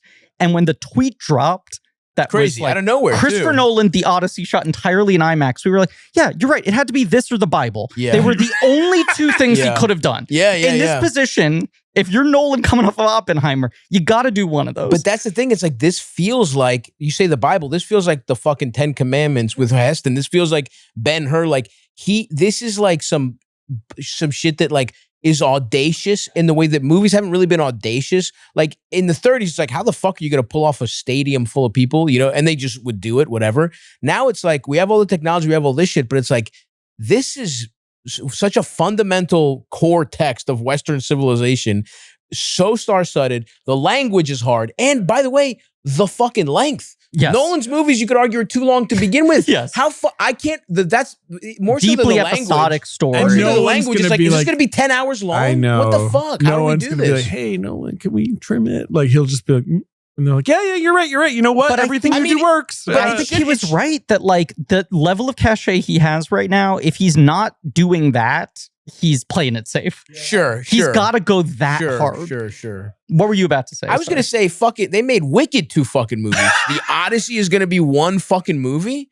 That's crazy to me. This shit, if anything needs to be a universe, every dog shit I know, I'm not saying Wicked is dog shit. I'm just saying like every idea becomes like a fucking a universe. It's like, this literally is the universe of mythology. Like, this is like, if anything needs to be 4 fucking movies, it's the Odyssey. I mean, even the movie that just came out with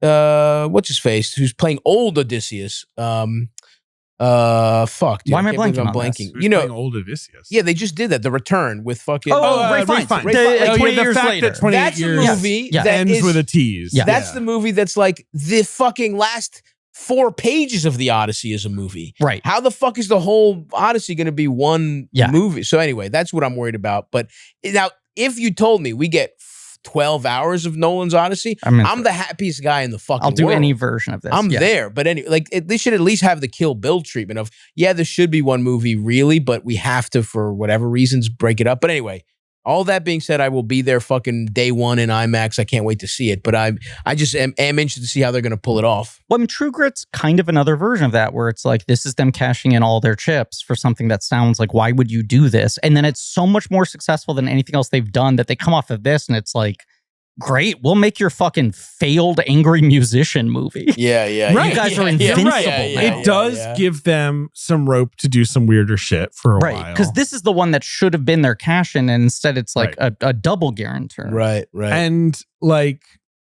it's crazy that it's their most successful. It's by such. And it's also crazy that Multiples. in 2010, America was like, yeah, this is like the kind of Christmas entertainment we're after. Like, we want this. Totally. I think what I'm realizing is, for me, this is such a cultural blind spot because just in my life, I think I was like so depressed and pretending I was going to take college serious. This is the year I quit stand-up and like was working really hard in college, and I didn't see anything. That's maybe also why I didn't see this shit in theaters. I like you guys named all these movies that came out in 2010. I'm like, I don't even fucking remember those. You were so you were true. What were you studying? What was your major? Dude, I was a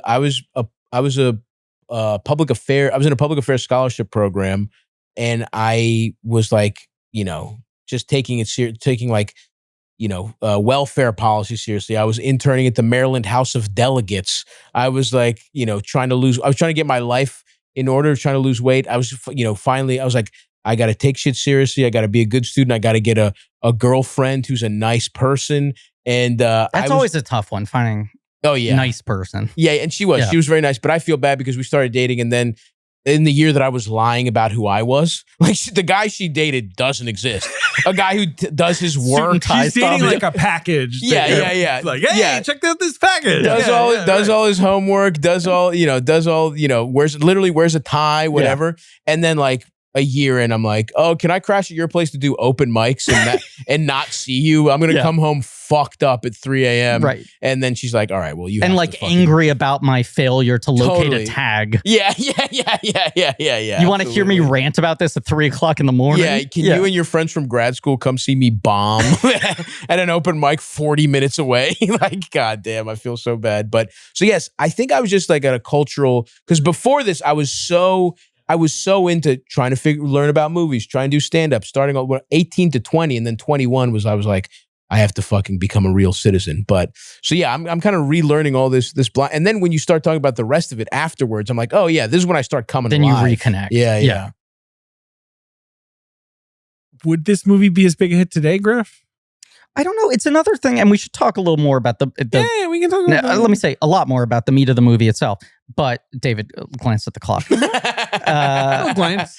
I don't know. I think we should talk about Watson more. What's up with that guy? It does feel like Barry is the voice of Sherlock Holmes, I'm finding. Oh, nice. Hell yeah. there will be these types of movies every couple of years, right? Where like everyone points to it and goes, see, there's an underserved audience. You're not making movies for red state America. You're not making movies for older men, right? There's this audience that will come out if you give them what they want. But anytime anyone tries to replicate it, it doesn't work, right? So there are the things like Passion of the Christ and American Sniper and Sound of Freedom and True Grit that feel like weird one-offs where for whatever reason, an entire audience was just like, actually, we've been waiting for this. That supercharged what was already there. People who have kind of stopped going to the theaters show up in droves for this. It's not like there were the entire audience for this, but clearly part of this movie doing so well was like 80-year-old John Wayne fans being like, you think so? I think it has to be. I don't know, man. I think of all the movies you just said, True Grit obviously clears those movies. They're so much better. It's so much better. But you're right. Maybe there was some element to that, but I just think maybe it was the kind of thing of like all the Coen brought. Like maybe it is just, even though they had 2 movies between this and No Country for Old Men. Like I don't know. I just feel like it was that. It was Coen Brothers stuff. I think there was another thing. But maybe it's Western. Maybe it is Western, right? Western, maybe that's what you're and talking them being about. like, we're doing a classical Western, right? Yeah. And this movie is so much more classical than any other film they've made. The other thing is that like the Christmas box office is insane. There is like this 10-day corridor when basically everyone's off from work and school. Right. And families are together. And it's a PG-13 movie. It's a PG-13 movie. And like December And we'll do the box 20th office game. The to competition January was bad. 1st. Well, this is what I was going to say. Yeah. Interesting. That corridor, if you can get a movie in there that sort of becomes the default, I guess we all go see this.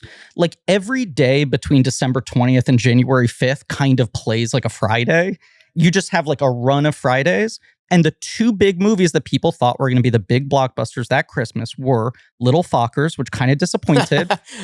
And I did see that in theater. So maybe I was that's the era of my life I was in. I was like, I'm a regular guy. Me and my girlfriend are going to see Little Fockers. Then we're going to like Ruby Tuesday. Absolutely, dude. We're going to Ruby Tuesdays. Meet the Fockers had come out in this exact slot 6 years and Little earlier and was Fockers humongous. Did fine, but it was not a cultural True game Grit changer. wildly outgrossed it. Yes. And there was that thing where like Fockers opened bigger the first weekend and then True Grit's overtook it the second weekend and stuck. The other movie that everyone thought was going to kind of run the table at the end of the year. Just giving away the box office. But I have game. to do it. Yes. Was Tron Legacy. Yeah, this is the weirdest shit. Jeff Bridges is wins in his both these Oscar. movies. He wins his Oscar March 2010, right?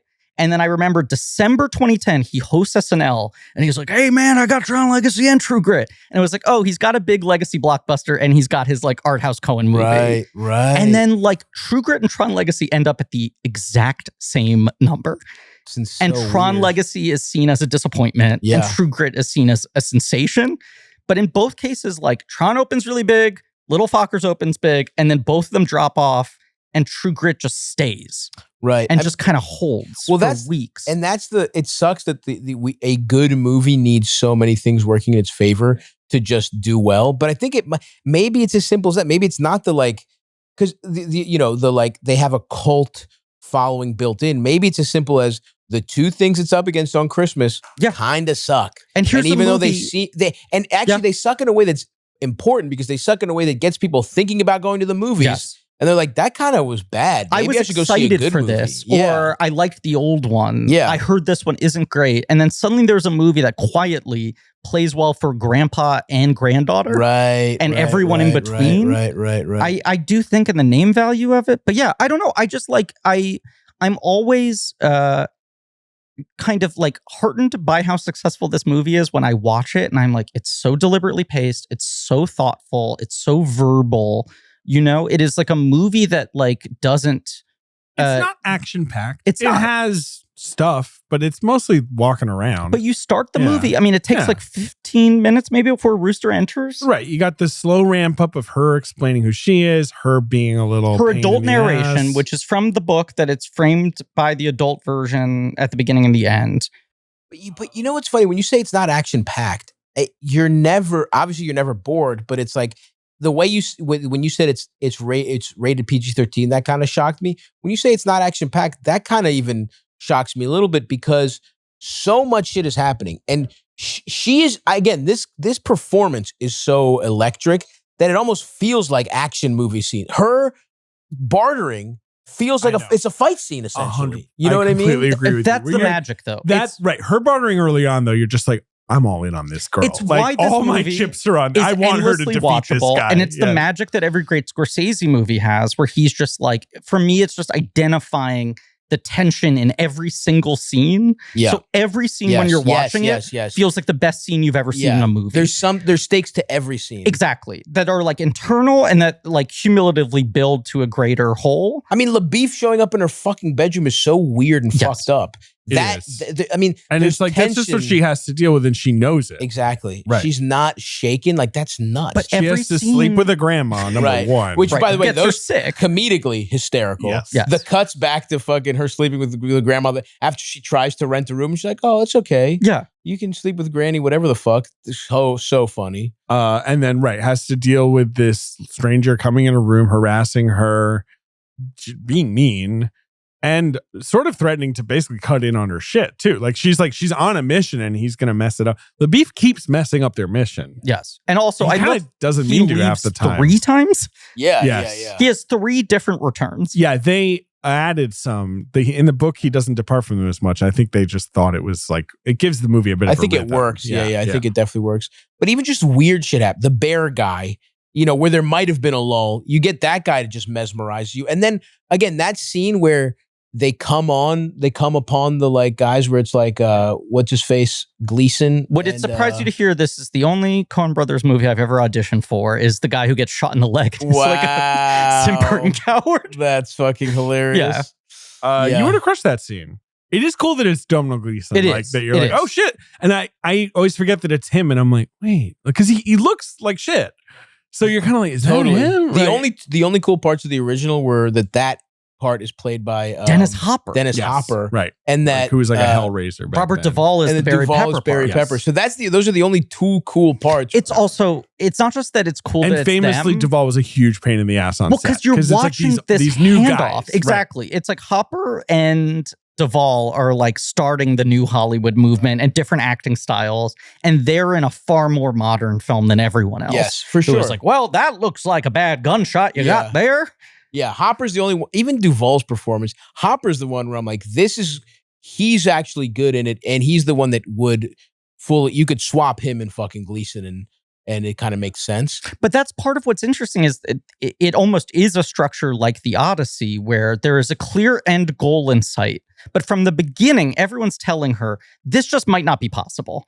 No one's been able to find this guy. This guy's unimportant. You should just drop it, right? She's got 3 people, including herself, on this case. And like, they're not making progress. And a lot of the scenes in this movie are like dead ends. They keep moving like geographically forward, right? They're moving further and further towards Comanche territory? Choctaw. But yes, there's this feeling of like, this might be in vain. And also these weird, like, sort of side quests that don't necessarily get them any closer to where they want to go. And then they do just stumble onto the guy. You are not LaBeouf. Yeah. One of the best. You are not LaBeouf. Two of the funniest lines to me, and I was like cackling, and my wife was like, are you all right? Like, one is, you are not LaBeouf, and the other is, I do not know this man after she cuts down the guy, which is like such an anticlimax. He's like, maybe I know him. And he's like, nope. Like, let's move on. Another great one. That's not an action scene, but you're like, she's going to die. Yes, you're like, it's tense. Someone's going to find, so much tension. A little, there will be bloody, where it's like, even where nothing's happening, you're fucking like, whoa, something fucked up is right around the bend. It's like they're on Venus. Like, they're just in this alien landscape. Like, what is this place? Like, and like, when the first time I watched, the first couple times, you're kind of like, yeah, they have a goal. They're going towards whatever. After a while, you're like, they're just in the middle of nowhere. And there's just like, it's basically, the map is basically like, there's a river. Right. Like, go near that. Like, that's kind of it. And like, if they get lost or someone breaks their leg or whatever, you're kind of just screwed. Like, all this shit just feels so dangerous the more you watch it. And like, you realize, like, when Rooster says, like, fuck it, what's the thing he says over and over again? I withdraw. It's not that. But he has like a catchphrase that this is the thing. It's hard to quote this movie because the language is so precise that you can't paraphrase it. Yeah. That's him being basically like, I had one play, which was I go to my guys, I sniff out if these guys have been around, and then I get the drop on them. In classic Rooster way, I shoot them from far away. And then maybe I get closer and shoot the rest of them. And if they don't have info, then I don't know. I got spooked. I mean, they got spooked by LaBeouf. Now I'm out of ideas. Like, that was my one idea. I'd like to now return to my rope bed and my like whiskey. Yes. And in the movie, it's a little bit like, oh, this is the dip before our triumphant third act. Fine. But as you watch it again and again, you're like, no, he's just like, this is the extent of being a good tracker back then. Yeah. And I had the same thought of like, on the rewatch this time being like, oh yeah, here we go. The darkness before the dawn bullshit. But then you're like, you know what? This is fully earned. This guy's a fucking drunk. And we've all been there, right? Where it's I've been there, where it's like, you've been trying to go against your nature, and that's a lot of this here, right? It's like he doesn't want to do from the beginning. He doesn't want to do this. She convinces him. Part of it is about money, of course, but it's like he still is doing something he doesn't really want to do, and you give into your vices, and it's like, you know what? Fuck this. I really am a piece of shit. Right. I'm an idiot for thinking I could be better.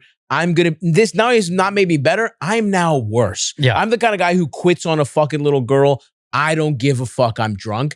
That feels very real to me. Yeah. And then LaBeouf essentially being too much of a fucking pussy to do it. also feels real to me. Because it's like, this is your time to shine, LaBeef. This is it. And it's like, oh no, he's a fucking coward. He's a piece of shit. And it was just like, yeah, they would just this is the way these two guys would abandon this girl. Damon and Bridges both identify what the real versions of these guys would be, not the movie archetype versions of them. Yes. Which is what's really smart, where you're like, these are guys who fashion themselves characters. I'll bow out. Bow out. Yeah, he says like 50 times. I'll bow out. Yeah. Like it's him saying, I declare bankruptcy. Yeah, you know what I mean? yeah. Where he's like, I'm done. I'm done. Right. You find your own way. But like LaBeef is all like sort of conscious, forced iconography, right? That he is playing the role and talking the talk of a Texas lawman.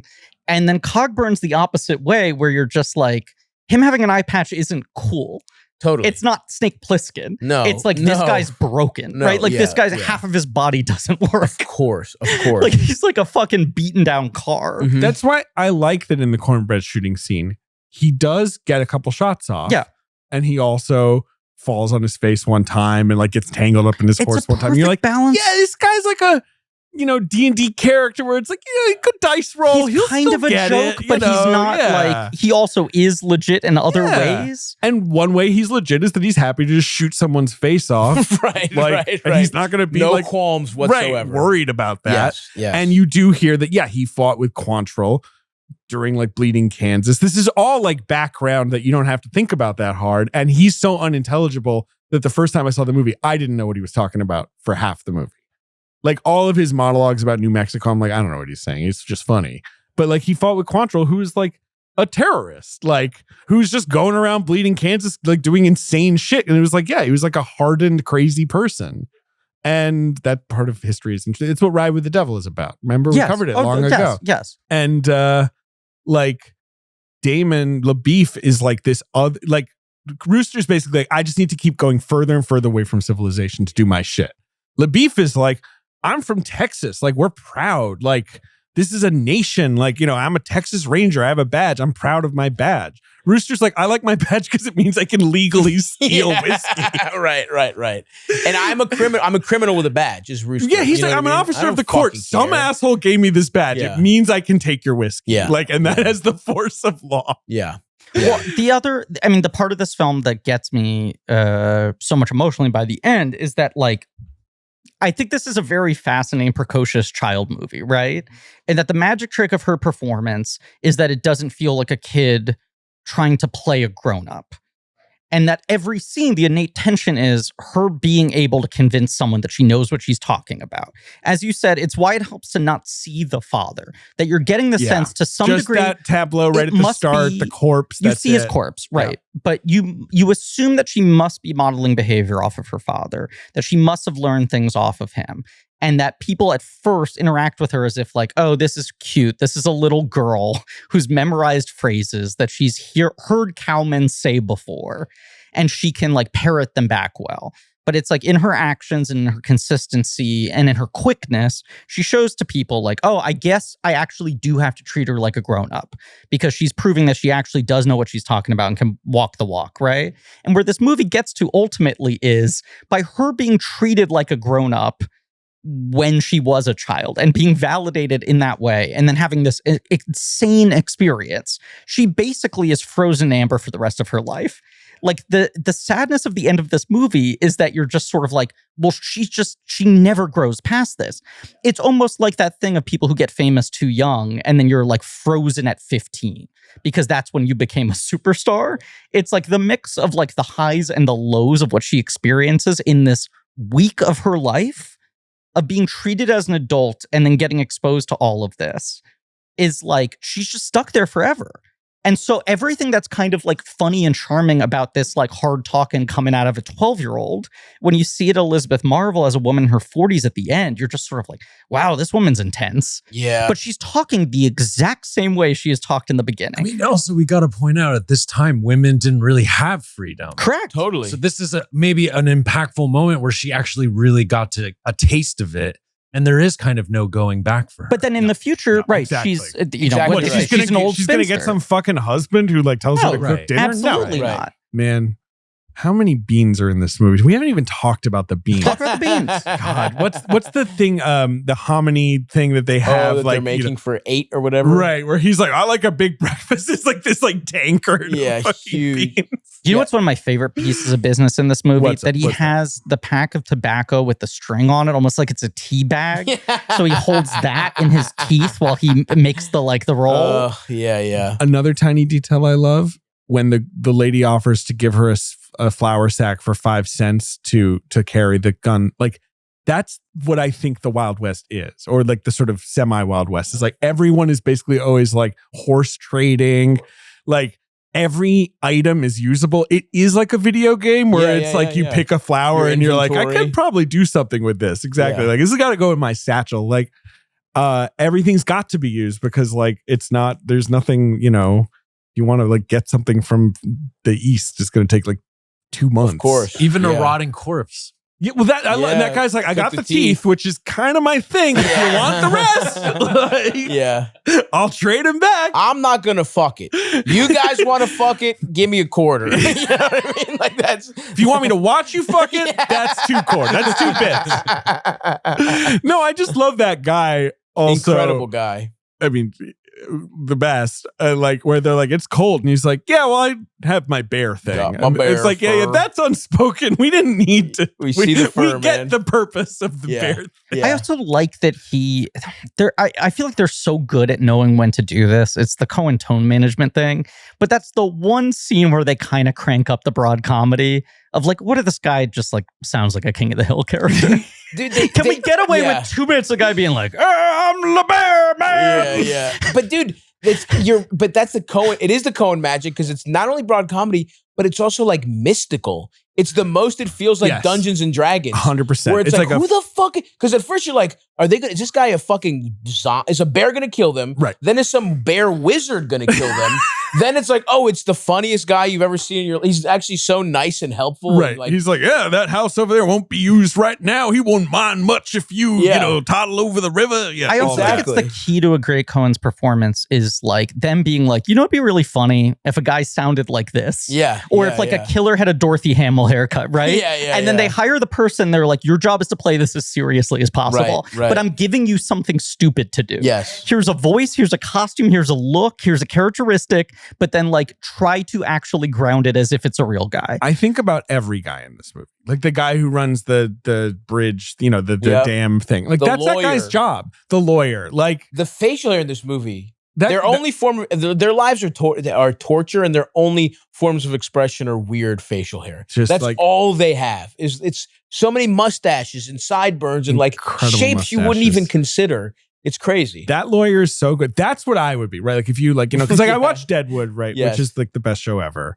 And Deadwood is like 80% of people are basically like, well, I'm into like whoring, drinking, gambling, and it's like that's what I do out here. But Soul Star is the guy who's like, these people need fucking hammers. I'm going to sell them hammers. Like there's a couple guys who are like, I'm just going to go all the way out there and have a shop. Right. And I would be the guy who's like, well, I talk 10% better than everyone else. So I guess I'll be a tricksy lawyer. That'll be my job because that guy's rocking it. He is. He's like, great. How many steps are we talking about? He's outfoxing Rooster by the end. It's pretty unshowy in its craft outside of just like, obviously, the production design, the costumes and everything just being fucking immaculate, right? But you're introduced to Rooster. You have her knocking on the outhouse first, or is that after the courtroom? No, it's first. That's first. Yeah, that's the thing. We have a minute of Rooster before all the other stuff happens. Right, behind a closed door while he's taking a shit. Outhouse, another hilarious movie. Yes, so absolutely. Funny. You think Rooster spends like 90 minutes in there, right? Like that, he doesn't like just like take care of business quickly. No, I think he's like me. I think he's playing Emoji Blitz in the 19th on the toilet. Century were like a really intense experience. He's having Papa executive privilege time. Think about the types of hemorrhoids Rooster has. Like, right, he eats like one fruit a year. It's crazy how fucked up his ass. Like we're talking about a baboon's ass. This is a man who's had nothing but whiskey and beans for 40 fucking years. He eats whiskey and beans. Occasionally he'll get, I think what they call back then a steak, which was like some like crispy piece of beef, right? That they like destroyed in a cast iron pan. And like more whiskey, I guess more beans have fiber.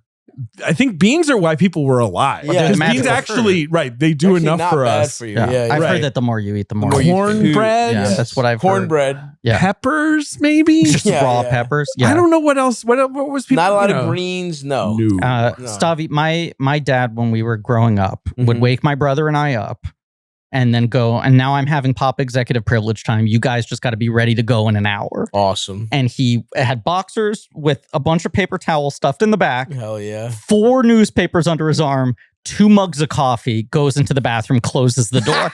An hour later, he comes out. He goes, it's time for school. 2 mugs of coffee is a move. Too, but he right. post- it's like, I'm not coming out to refill. Post news and Times, right? He's carrying like 15 inches of I newsprint hear it. Yeah, yeah. under his what a- arm and the 2 mugs, What a and just guy. go, you guys just figure it out This for is- the next again, hour. Like, Yeah. I'm a That's dad. how Rooster Cogburn takes a shit. Right. I I'm think. a dad. I can go, into the bathroom You with can my claim pop phone. executive privilege, And if you I want. can like load up the Wikipedia page for fire and read it. You know what I mean? Like I have too many things at my face. It's too easy for me. Yes. Back in the day, you needed like Newsweek. Yeah, Well, that's right. the thing about, and here's the thing, why Rooster, there's nothing. It's just, he is just shitting that long. Yeah, yeah. It's just his body is that. You don't think he's fucked reading up. like a Tijuana Bible or No, something? there's no, it is him versus the outhouse. And it smells bad. He doesn't want to be there, but Right, he's yeah. trying to It get done as smells fast so as bad, possible. right, It's yeah. taking 40 minutes because that's just how it is. God, dude. This you're is right. one of It's those just movies. cooking. Yeah. Dude, That yeah. pit is cooking. It's terrible, in that heat. dude. It's one of those God movies damn. where I think about how bad every character smells, Yes. right? You're just like, this would be the stinkiest. And that's another reason why you don't think about it not being 13. Like it feels rated R because it's gross. Because they look gross. There's a sheen to all of them. They all smell like shit. They're all sweaty. The only person Yeah. who's sort of clean is Maddie, I guess. Yes. You know? Maddie is basically put together and like Is knows LaBeouf, it. does he have some fucking like LaBeouf a old little bit. cowboy? He's got some cologne? like pomade in his hair Yeah. or whatever. Is he a And- Dapper Dan man? Right, He's he's a got the Dapper cow Dan. lick, of course. Yes. Yeah. But like, one of the most touching little moments is when she puts the newspaper in the hat. Like she knows So she cute. has to look the part a It's little the bit. only time she's literally a cute little kid. Right. Is right. when the hat goes under Oh, her she's- eyes. It's it adorable. is adorable. And then right. but then she stuffs it in. She's like, and now she's back to being the character we've known the whole time. And she looks like some Cormac McCarthy character, like that, where it's like, oh, who's that? And it's like, oh yeah, they call her like the cactus, and it's like some 14-year-old who like takes people's faces. Like she's got like this stony, intense face. But then I love the little moments when she realizes at the campfire that LaBeouf or Rooster are about to fight, and she's like trying to cheer I'll play everybody all the up. parts. Right, I'll Yeah, do all the let's play parts. who's Someone the has to be the caller, She caller. starts to Yes. become like the child trying to stop her parents from fighting. Yes. And she understands that the only thing that unifies these two guys is they don't like the other one being mean to her. Yes, and like this movie is bad if she is just autistic, right? Like if she's just like a weird robot girl or whatever, like then it's like that's fine, but like no, she's a kid. There's bits of kid in her, like of like whimsy, The like movie that come makes out of innocence. her. There's innocence that she The can't movie help. makes you Right. as a viewer do the same calculation that every character who meets her is doing of like, is it possible that she's for real? Yeah, for sure. You're not calling bullshit on her, For but sure. you're actually going, she might actually Yeah. be what she's saying she is. Mm-hmm. Yeah, absolutely. Which isn't even her framing herself as a wonderkind. It's just, I get it. You don't have to talk down to me. I can handle this.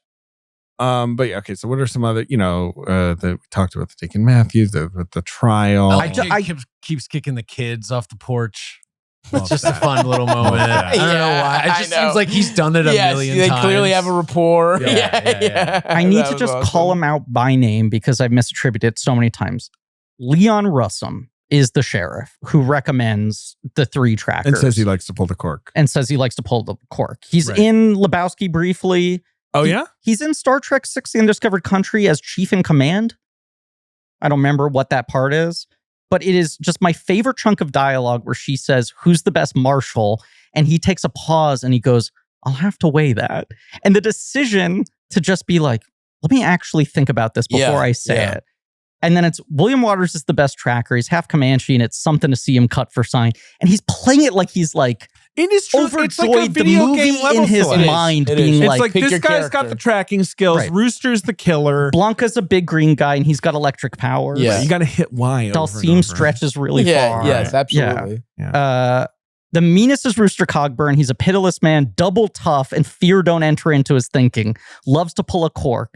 He's moving on, right? The best is probably LT Quinn. He's like, you know what? Here's the answer. I've landed on it. But then he says brings his prisoners in alive. Now, he might let one slip by now and again, but he believes that even the worst of men is entitled to a fair shake. And without missing a beat, she says, where can I find this rooster? Yeah. She's like, not interested. I'm just pumping my fist that whole exchange. 100%. Everything that's happening. Yeah. So yeah, like she gets Rooster on the right. I'm just trying to think of stuff. I'm going through the plot, trying to think of stuff we haven't, stuff that happens in the movie. I talked about the scene where she kind of wins him over by fording the river. Awesome stunt. Looks like she literally did that. Yeah, how do you make a horse look tired? It's crazy. At the end when the horse is like dying and you're like, that horse is dead. Like, how do you like fake a horse being tired? I don't know. Horses are crazy. That's another reason that, by the way, I want to live. The actual reason ketamine exists. Like I know, right? Yeah, we found cooler stuff for it, but it's not that's for what billionaires. It was for, yeah. That's why basically like starting with, I don't know, the 1850s or whatever, I basically want to live in New York if I live in this time. 100%. Because I'm like, I need railroads and shit. I'm not going to learn to ride a horse. Oh, no, I need and then like feed the horse and like. Well, there's horse in even New York. Is that's what they had say. Horses here. That's why brownstones have stairs, so you weren't around shit. Right. So you're like you're a little bit above the shit. That does make sense. That's the funniest thing about the Gilded Age. My favorite like gas leak show in the world. Like. Is like everyone in it is clean, and I'm like, they'd be dirty. This is a dirty place. 100%. It's the 19th century. Yes, like there's no running, there's no flush toilets. You're clean for 2 hours. Right. 2 hours a week, you're clean. If you're rich, you can't like go home and be like, I'm gonna take a shower. Yeah. Like, that's not gonna happen. You want to take a bath? 8 people have to like start getting shit ready for you. Tend to you. I was talking to my girlfriend about how much of a nightmare Burning Man seems to me. Yeah. And even like any music festival as well, where I'm just like, my 2 favorite things in the world are sleeping in a bed with the air conditioning blaring and taking the longest shits and showers in the world. That's all I care about. Absolutely. A bedroom that's cold and a bathroom that's ready to go. God. Yeah. Day 3 at a music festival, the porta potties I'm not doing it. Rough. But it's my biggest thought when I watch this movie is I'm just like, oh my God, they don't even have like Tempur-Pedic mattresses. Yeah. I mean, it's the other thing. Like, what's Rooster's fucking back looking like? Like, dude, I'm fat as shit. And like, if I sleep on the wrong hotel mattress, 100%. I'm ruined for what you just said. You know what is I mean? My life right now. It's crazy, Every dude. morning I wake up and I'm like, why am I in excruciating pain? And it's like, because you didn't move your body for a while. Yeah. And you're like tall and large. Yeah, like when he's sleeping in that rope bed, fucked up off whiskey.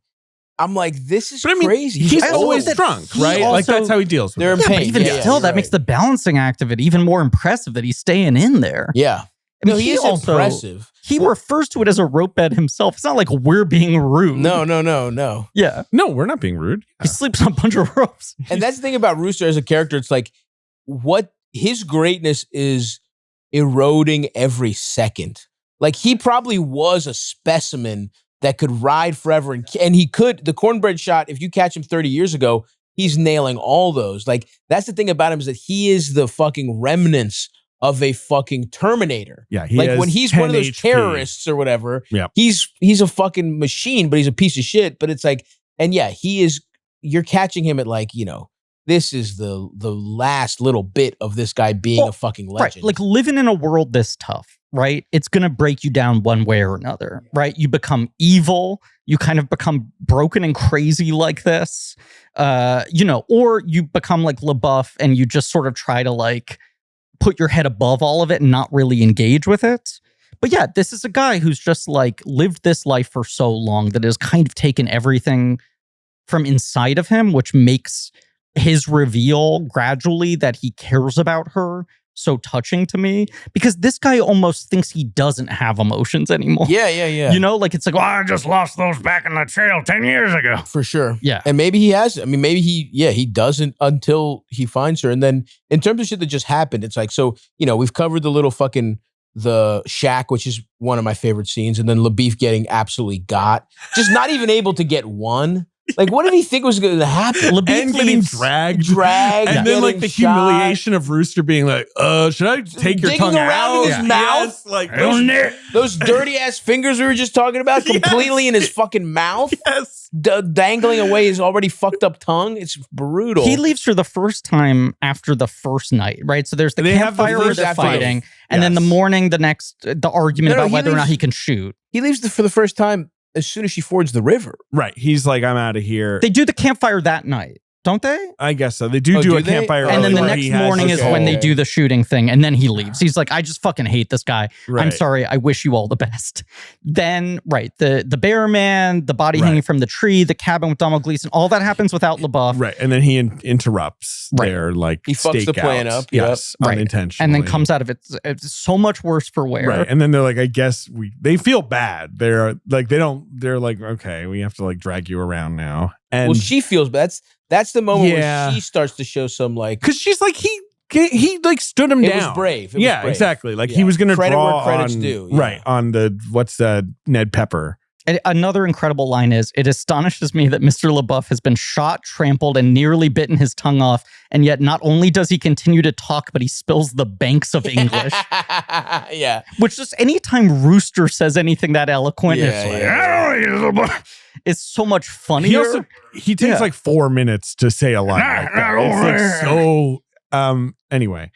And then yeah, we are kind of like, I guess the animosity kind of builds up again, and we lead to the next big fight, bow out. And fight. which the funny thing is, they were right.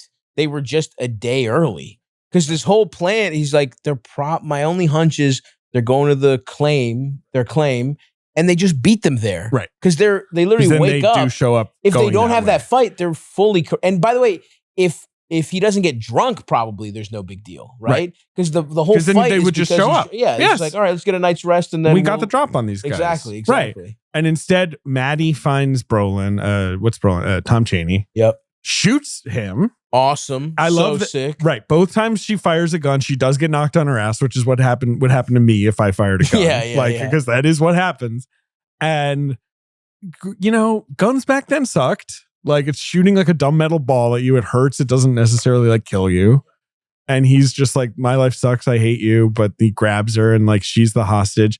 And then you've got this like fantastic 10 minutes of Barry Pepper with the crazy the teeth, little pepper So on the good. dish. just being an absolute goblin. Looking like the crypt keeper. And I just love that Yellow Is the skin. gang called the Pepper Gang? It's the too? Pepper That's Gang. hysterical. They're just And- playing the Pepper Gang. I do like that he has the weird kind of samurai thing with Rooster. Absolutely. Like where he's like, yeah. I'm not going to kill a girl. I'm not like a Yeah. weirdo. I'm just like a bandit. I like steal shit and have money. No, it's true. It's like it's the most you kind of get the Rooster's like, we've come across each other as guys. We've each been on, there's probably been a time where Pepper had a badge and I didn't have a badge. He was technically the sheriff and I was technically the criminal. Like they clearly have like this long, weird history. And yes, that samurai type honor shit is pretty fucking, it Which is also, cool. it's the stuff that Chaney doesn't have, right? Like she's so angry at the idea of Chaney stealing her father. And yet it's like his death was incidental. It didn't mean anything. This guy's got no strategy in his head. Yeah. He's got no internal belief system. Yeah. He's just like some idiot with a gun. Yeah, like if her dad had done something that warranted and made some kind of mortal insult to a guy and the guy shot him in a duel, she'd be sad, but she wouldn't try and find him. She would be like, That's life. Like, the fact that it's meaningless is what gets her. And the Yeah. fact that when she meets him, it provides no answers or clarity to I anything. know. It only makes it more meaningless. And then Yeah. you're also like, yeah, and this guy's like the number 5 in this dude's He's pack. so stupid. He's too. like unimportant. Yeah. I love that every time LaBeouf leaves, he also has like his version of the emotional Oscar scene. He keeps doing the thing that Rooster won't do, which is like, kid, you're special. Yeah. I believe in you. Well, that's, yes. I and wanted Damon to say that. has like 2 monologues that feel like this is his last scene in the movie. And he plays them really straight, but like, here's the important words I have to leave her with, which makes it all the funnier when he comes back. Well, and I think to me, it shows you what a fucking blowhard Yes. this like, because it's that time we were talking about earlier at the campfire where Rooster is being a piece of shit and he's like, fuck you, I'm not helping. And this is LaBeef's time to shine. And not only does he not help, but he gives some meaningless, eloquent speech instead. And he thinks giving her a heroic speech, that your words are they couldn't be less useful. They are the most useless, even it's like the most politician, like, we're going to give a big speech about how hard it is to live in this, everything's too expensive, but we're going to raise taxes on you. You know what I mean? Right, or we're going to give billionaires a tax break. Exactly. It's the most two-faced bullshit. You're special, whatever. Not going to help you, by the way. Well, it's I'm like leaving. show, don't tell, right? Yeah. Like Rooster is all action. Yes. And Yes. LaBeouf is all tell. All tell, yeah. He can't do anything without telling you why he's doing it and why it's impressive and why you should be impressed. Yeah. And like the fact that Rooster never even has a moment of being like, you're a good kid. Right. Like he won't give her an inch verbally. Right. But he fakes being like, oh, she's nothing to me, and like, you take her. Why do I? But in his actions, you can tell. Of course. He respects her. No, and he's going to go get her back. Like, and you're weirdly never, it's tense. It's scary that she's with Tom. And like, LaBeouf saving her is exciting, but you're also kind of like, yeah, Rooster's got this. Well, also because that is the thing of like starting with the adult. She lives. Yes, you that's know true. what I mean? Like that takes, I do think that took the bite of like, does she actually die? Like this movie's kind of fucked up. You don't know if Rooster dies. You don't know what happens to LaBeouf. You don't know what the fucking, what happens. Well, it's also what she tells you at the beginning, which is like everything, there's nothing free. Everything comes at a cost. There is some give and take in any action you do in this world, right? And it's like what she doesn't understand is like she got what she wanted and it kind of maybe fucked her up forever. And the moment of her having the standoff with Cheney and him trying to like sort of Frankenstein walk towards her on the cliff, and she has the courage to like stare him down and fire the gun.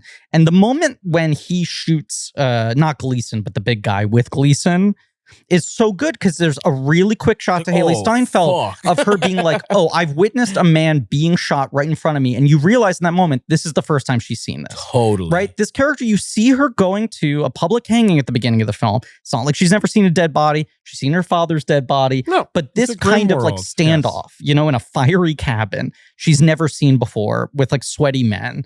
And so that moment where she's there with Cheney, even though we know she knows how to fire a gun, she knows how to do this, she knows how to do that, you wonder if she'll be able to do it in that moment. And she fires the gun, successfully kills him, but immediately also is like pushed back into a ditch from the recoil because, immediately, she's a tiny girl. There's like a physical reality here. And now she's the girl at the bottom of a pit surrounded by snakes. And it's like a child in danger. Like at the peak of her triumph and her victory, she's knocked all the way back down to like, you are a child in a dangerous world. Snakes are also really fucked up. Yep. I said this to my wife. I was like, snakes feels like something I made up when I'm a kid, like dragons and shit. Yeah. Like those are just real? Yeah, little tubes that can kill you.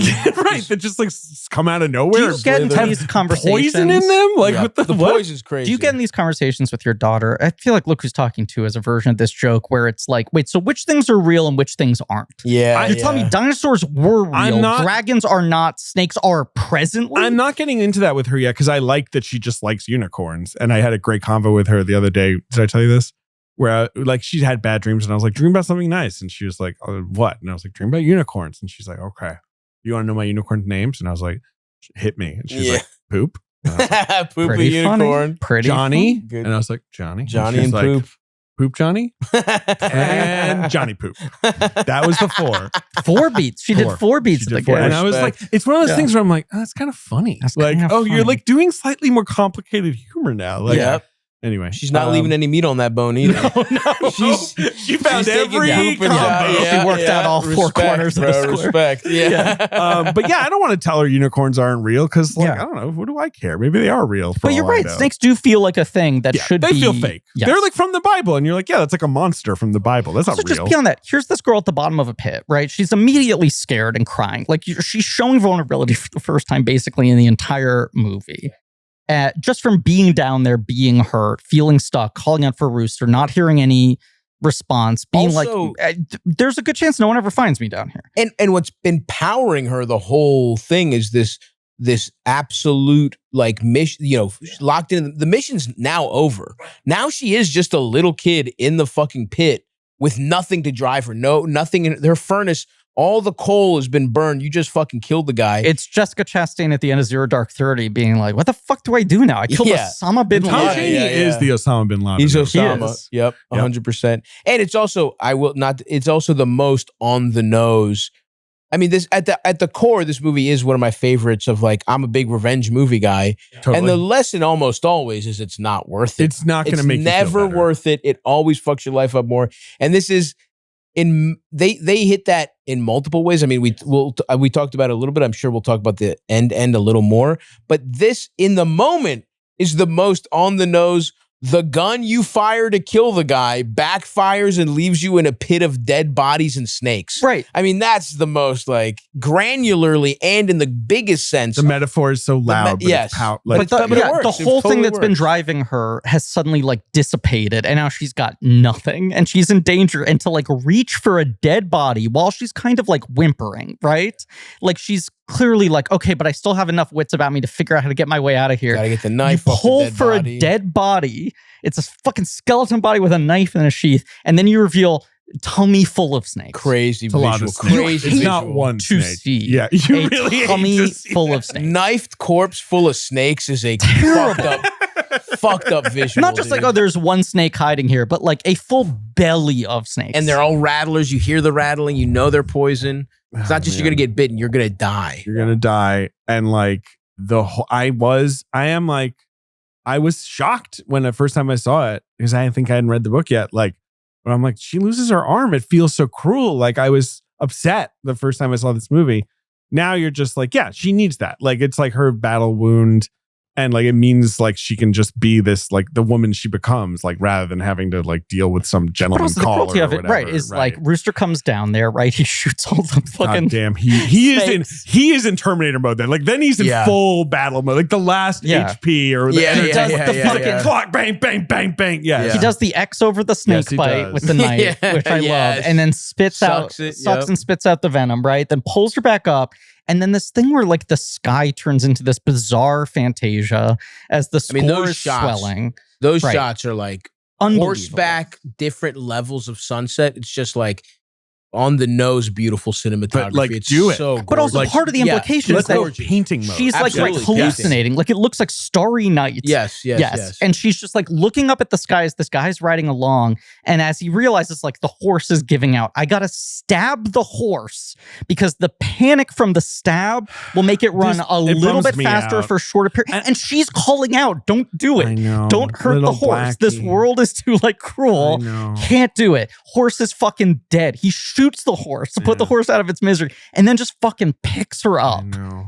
It rocks so and they hard, like but make it's, it like, just sad. in time for him to collapse, fire a gun into the air just enough to get someone to walk outside. I'm gonna their start front doing door. that when I show up at the studio. Just and you're like, she just made it by a moment, and then you hard cut to she's an adult woman with one arm and has never seen him again. And it's that I love the idea that it's like they had a bond or whatever, but it might have almost been too intense for them to see each other. But also, like by the time she wakes up, the arm is gone and he is gone. Yeah. She never communicates to him again. He doesn't want to like look her in the eye. He after can't that deal because with it. he was It's vulnerable. too emotional. It's Yes. too emotional. And we he didn't writes even her. shout out "Fill your hand, you son of a bitch," which is like the coolest thing anyone's ever said in a movie. But yes, he taking the bit in his teeth. And, But like, I love that also at the end of the movie, what she's going to, those Wild West shows that would travel the country at the turn of the century. It's like, that is the end of the West. Which you saying it's like now this it's become right. this like fossil. We're dealing with the last like and it's like these old pound cowboys. of toughness this guy has in him. Right. He's about to become a novelty. Right. And he's going to spend the rest He's of his fucking life Howdy Doody after this moment. Yeah. Being like And a children's entertainer. Those Like a birthday shows party. were just guys being like, I remember I saw Wild Bill Hickok 3 times. The first time he looked me in the eye and he said, "You got any sugar?" You know, like whatever. I And people shot are him. And then they shoot the bottle and everyone Right, applauds. yes. Right. And then a beard lady comes out. Why? So she's mad that the other guy doesn't stand up. Is that why she calls him trash? Yeah. Absolutely His great manners. that she just The one guy fires the that one guy off. takes his hat off. Yes. And like, The other guy behaves. doesn't. The other guy's Yeah. just like, Yes. But yes, no, he writes her a letter Keep this inviting her to come to the trash. show. And by the time she gets there, they're like, he died 3 days ago. Brutal. And it's to this point in the and I same do way look that like too hot.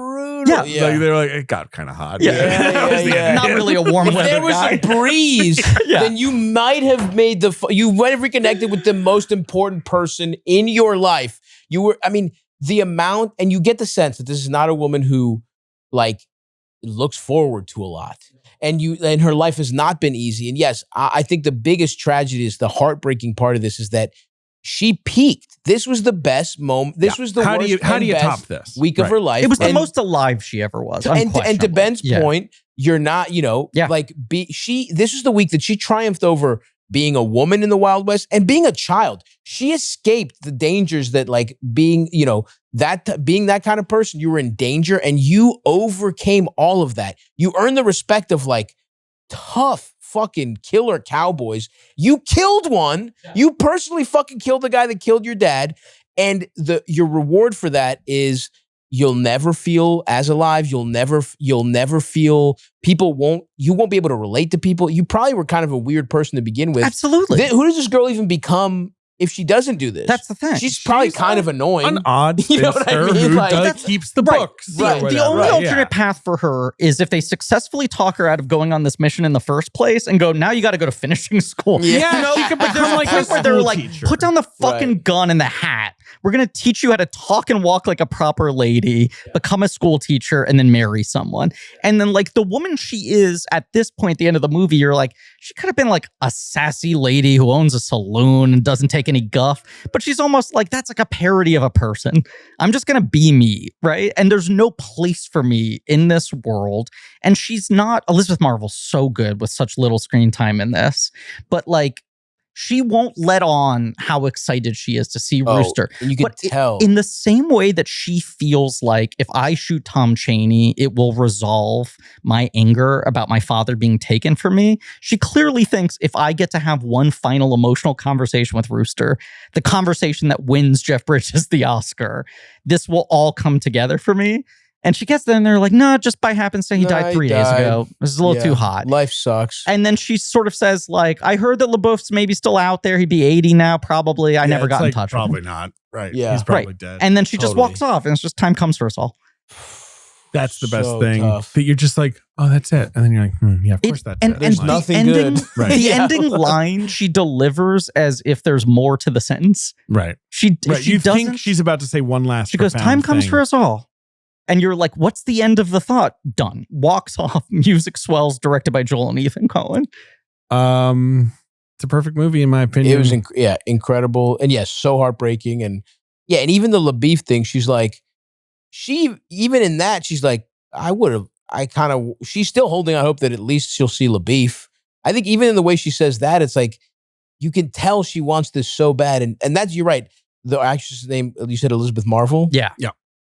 So little screen time, and and she never says anything that tells you she wants this, and it's palpable how bad she wants it, and how much she's disappointed, and maybe a little bit of it leaks out into the like calling the guy trash a little, but even that feels more like, no, I will disrespect anyone who's disrespectful towards me. I'm not gonna take off. But man, being able to communicate how devastating it is for her is, and even life is bullshit. And nothing good ever happens. And even if you have an adventure where you're the king, you figure it out and you do everything you possibly want to, it ultimately doesn't make your life better. It probably it makes it worse. You lose your fucking arm over it. Congrats. Now you don't have an arm and you're fucking pissed off. And then the end of your life also sucks. Well, here's the other quietly so awesome and true, quietly profound and depressing thing that happens at the very end of the movie. I agree with everything you just said. The other quiet and profound thing that happens at the end of the movie is that it hard cuts from her telling the guy who stayed seated with the hat on to go fuck himself, right?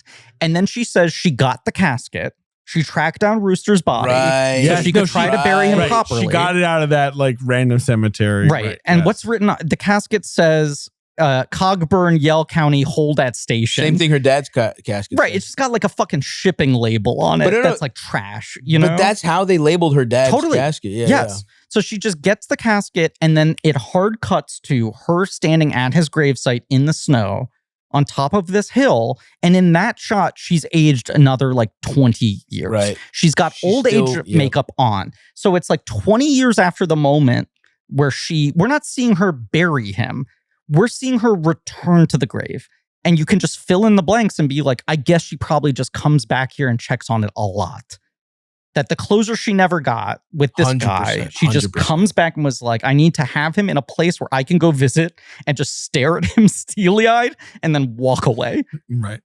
And everyone's like, did they? That's like she, did they? Right. Because everyone's like, why would you take the casket of a man you didn't even know that well? What is this? You knew for a couple of days. They don't get it. They don't get it. But I get it. It's another funny thing to consider is you think about how rough a shape Rooster's in for this movie. If she'd gotten there 3 days earlier, he would have been bad. Yeah, true. Yeah, right? yeah, That's yeah. like Rooster 25 years later. Yeah. I mean, at this point, he must spend, I don't know, probably a my blank God. check episode Yeah. worth of time on the toilet. Oh, And he my did God. like Blank Check, and he did listen to it all. I'll get the BMs out. I'm a bit of a David dog. This movie came out Christmas Eve, 2010, Griffin. Opens number 2. You did say numbers 1 and 3, but just to remind us. Fockers is 1, Tron Legacy is 2. No, so Fockers is 1. Yeah. True Grit is 2. Oh, Tron Legacy is 3. has been out for a couple weeks now. Correct. Yeah. Those are the big 3. It's not a great time at the movie theater. This It's is the not. whole thing where I'm It's like, why- True Grit rocks. Yeah. I defend Tron Legacy, but obviously it's like a basically baffling movie to release to a wide audience. Little Fockers, dog shit. Number 4 at the box office is the, I don't know, like 3rd or 4th in like a fantasy series. I think it's the last. It's not Voyage of the Dawn Treader. It is. It? That's Chronicles 3. of Narnia, They only made 3. Yeah, right. I can't remember Yeah. like how many of those they made. Yeah. But like that's something where everyone was like, "Sorry, no, we don't want this." They're like, Yeah. "The Chronicles of Narnia continue." Yeah. I was like, "No, man, we were kind of out on that from the beginning." I was talking to my dad about this last night, and he was like, so is Greta Gerwig still doing like Narnia 2? And I was like, no, she's making her first Narnia. Right. And he was like, but wasn't there someone else made a Narnia like a year or 2 ago? And I was like, "Bitch, that was they like made 3 the fucking Narnias Bush administration, 15 to 20 years ago." And he was like, did anyone like it? I was like, first one, huge hit. right?" People flocking. And they were like, I guess this is the new Lord of the Rings. Second one, huge drop off. Disney abandons it. Fox is like, I guess there's still money in this, right? The kids don't cost much. What do you got to pay for? A lion? Yeah, And they put that one out, and everyone's like, I don't know. Who gives a shit? Really? I don't And even just know. abandon it. It was like, due to lack of interest, they never finished the books. Yeah. That's fucking hysterical. And she's dude. now, Well, those books only get weirder, and but it's she's harder. adapting different books, right? Isn't she Uh, doing Magician's Nephew in theory? I have no idea. Okay. wow. That is canonically the first, Isn't that the most like chronologically. Harry Potter was a big hit? We have to just fucking. Yeah. That's the most classic Hollywood should have like. We're Right. Just, What else whatever's is out? similar. What It was English Potter magic and Lord shit of the can Rings we dig up? both Right. launching the same year. It was, Oh, it was like, yeah. It was we- the same year. I didn't they realize both that. come out right after 9/11. Yeah. Wow. And are Harry both Potter's humongous. Thanksgiving, Lord of the Yeah. Rings is Christmas, and America is like, yeah, we love British people doing magic. yeah. Right. And defeating pure evil. Yeah. I saw that. That's another. Definitely saw Harry Potter. I was a big Harry Potter book guy when I Yeah. was a kid. We're this. I mean, you're a couple years younger than me, Yeah. but like I was too. I mean, the book was for our generation. Like And now I don't And- like the book as much, but I love J.K. Rowling's politics. that's the Right. thing. I kind of That's what shifted kept my me around. fandom. You got to That's what kept me separate the art around. from the artist. And I'm a big fan of the My artist. problem with the books is that they don't talk about that stuff enough. Like, Yeah. they, like that's. I kind of am flipping through the books and I'm like, yeah, but where's all the good This is Rowling? someone who Yeah. hasn't really found their thing yet. Oh, The thing that God. clearly makes you really happy.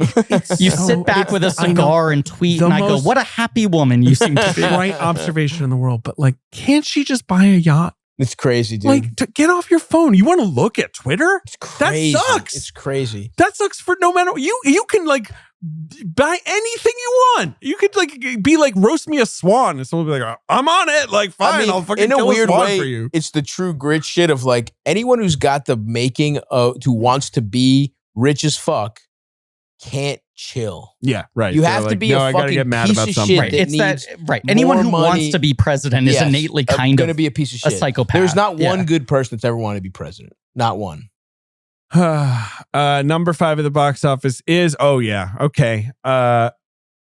Kids movie adaptation of a kids cartoon. It's an adaptation of a kid's cartoon. Is it like a It's another dog shit movie. This is dog shit time. Is it a across the True Grit. continuation of Nope. a cartoon? Or it's Nope. like a later, Well, it's I like a don't- Flintstones movie-esque That live action?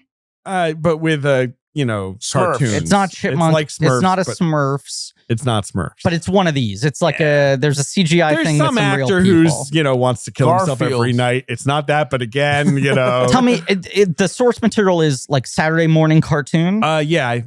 yeah.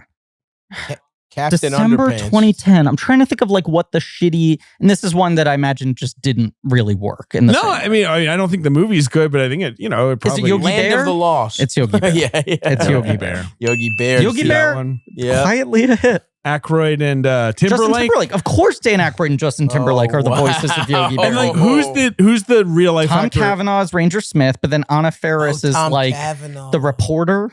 Yeah, hell yeah. Shout out to There's- Ferris. What's Ferris the at? story she's breaking? A bear I hear steals that bears picnic are stealing basket? picnic Okay. baskets or whatever. Yeah. There's an incredible video.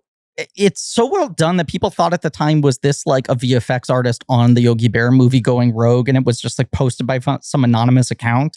But it is the end of, not the end, but the titular assassination of Jesse James. I've seen that. Yes. being done with the CGI It was models really of funny. Yogi and Boo Boo. That is very funny. It's really good. Where is Anna Faris, man? She's so funny. It is weird. Sucks, man. I mean, she had yeah. the I mean, I guess- sitcom for a zillion Right. years. She had Right. 7 years of mom. I guess nobody makes comedies anymore. That's but a big part of it. Nobody makes comedies anymore. Nobody like takes women over 40 seriously in She's movies. so like I'm that. still funny. pulling for the comeback. When I was She's in high Toy school, Story 5. I'm aware Griffin? I believe she's playing the main villain. Okay, that's fun. Yeah, Lily Pad, I think. I made a bet to my friend Jake in high school. I was like, she is going to win an Oscar. Wow. I'm like calling it now. I Like mean, I'm Anna a big Faris. Ferris guy, but I don't know that I would have made that one. It was because she had just had the small parts in Lost in Translation She was awesome at that. and Brokeback Mountain, Oh, where it's like she was in two fucking Best Picture No, nominees. she's got it. I guess you're right. She's kind of got it. where in she's her. got small parts, and I was like, and clearly good directors recognize she's got more she can do. And I was like, someday someone's gonna find the perfect kind of like dramedy role and she'll win supporting actress. And it does feel like we've gone a little off course. I'm pulling for the comeback. There's like a very profoundly upsetting New Yorker profile on her when What's Your Number was coming out. And it was about how hard she had fought to prove that she was a movie star. And how like she was the lead of 4 scary movies that were all big hits. But they were like, yeah, but that wasn't because of you. And she had to fight so hard to get the house bunny. She was for Loved so House long Bunny. playing like the Loved best House friend or Bunny. the crazy ex-girlfriend or whatever it was, but never got to be the star of the movie. House Bunny was her thing. House Bunny was dumped. It was a big hit. And she was like, great, now I have fuck you power. They'll let me do what I want. And she sets up What's Your Number. And the whole article is about how they were like, can you be less weird? Can you be kind of like a little more? What even is What's Your Number? Terrible. I don't even know it. It's terrible. like she's like, I had to marry one of the guys I've She fucked. finds out that she's So I fucked gotta- 20 guys. Oh, And they're God, like, if you right. haven't already found the one and Wow. you fuck 20 people, Body then count you're a- discourse back in the you're day. a whore and you should be thrown into the garbage. Right, so you have to pick from You one of can't the meet a 20 no guys. guy. And So like she one of goes them is back like to the fucking previous- Chris Evans or whatever. Yeah, No, yeah, it's yeah. so much worse. It's that Chris Evans is the new guy she meets who's her next door and she neighbor. but you can't him. fuck Can't Right, fuck him because she right. already has 20. And then at the end of the movie, Hysterical. Aziz Ansari leaves a voicemail. And he's like, hey, I got your call. Actually, we never fucked. We just did hand stuff. And she's Oh like, I'm at my 19. I can fuck Chris Evans. It's directed by Mark Mylod, Fucking 2010. my who later God. becomes the main director of Succession, directs The Menu. What? It is like the crassest, dumbest comedy. It's so fucking bad. That sucks. And yeah. and it bombed, and they were like, never mind, you're not a movie star.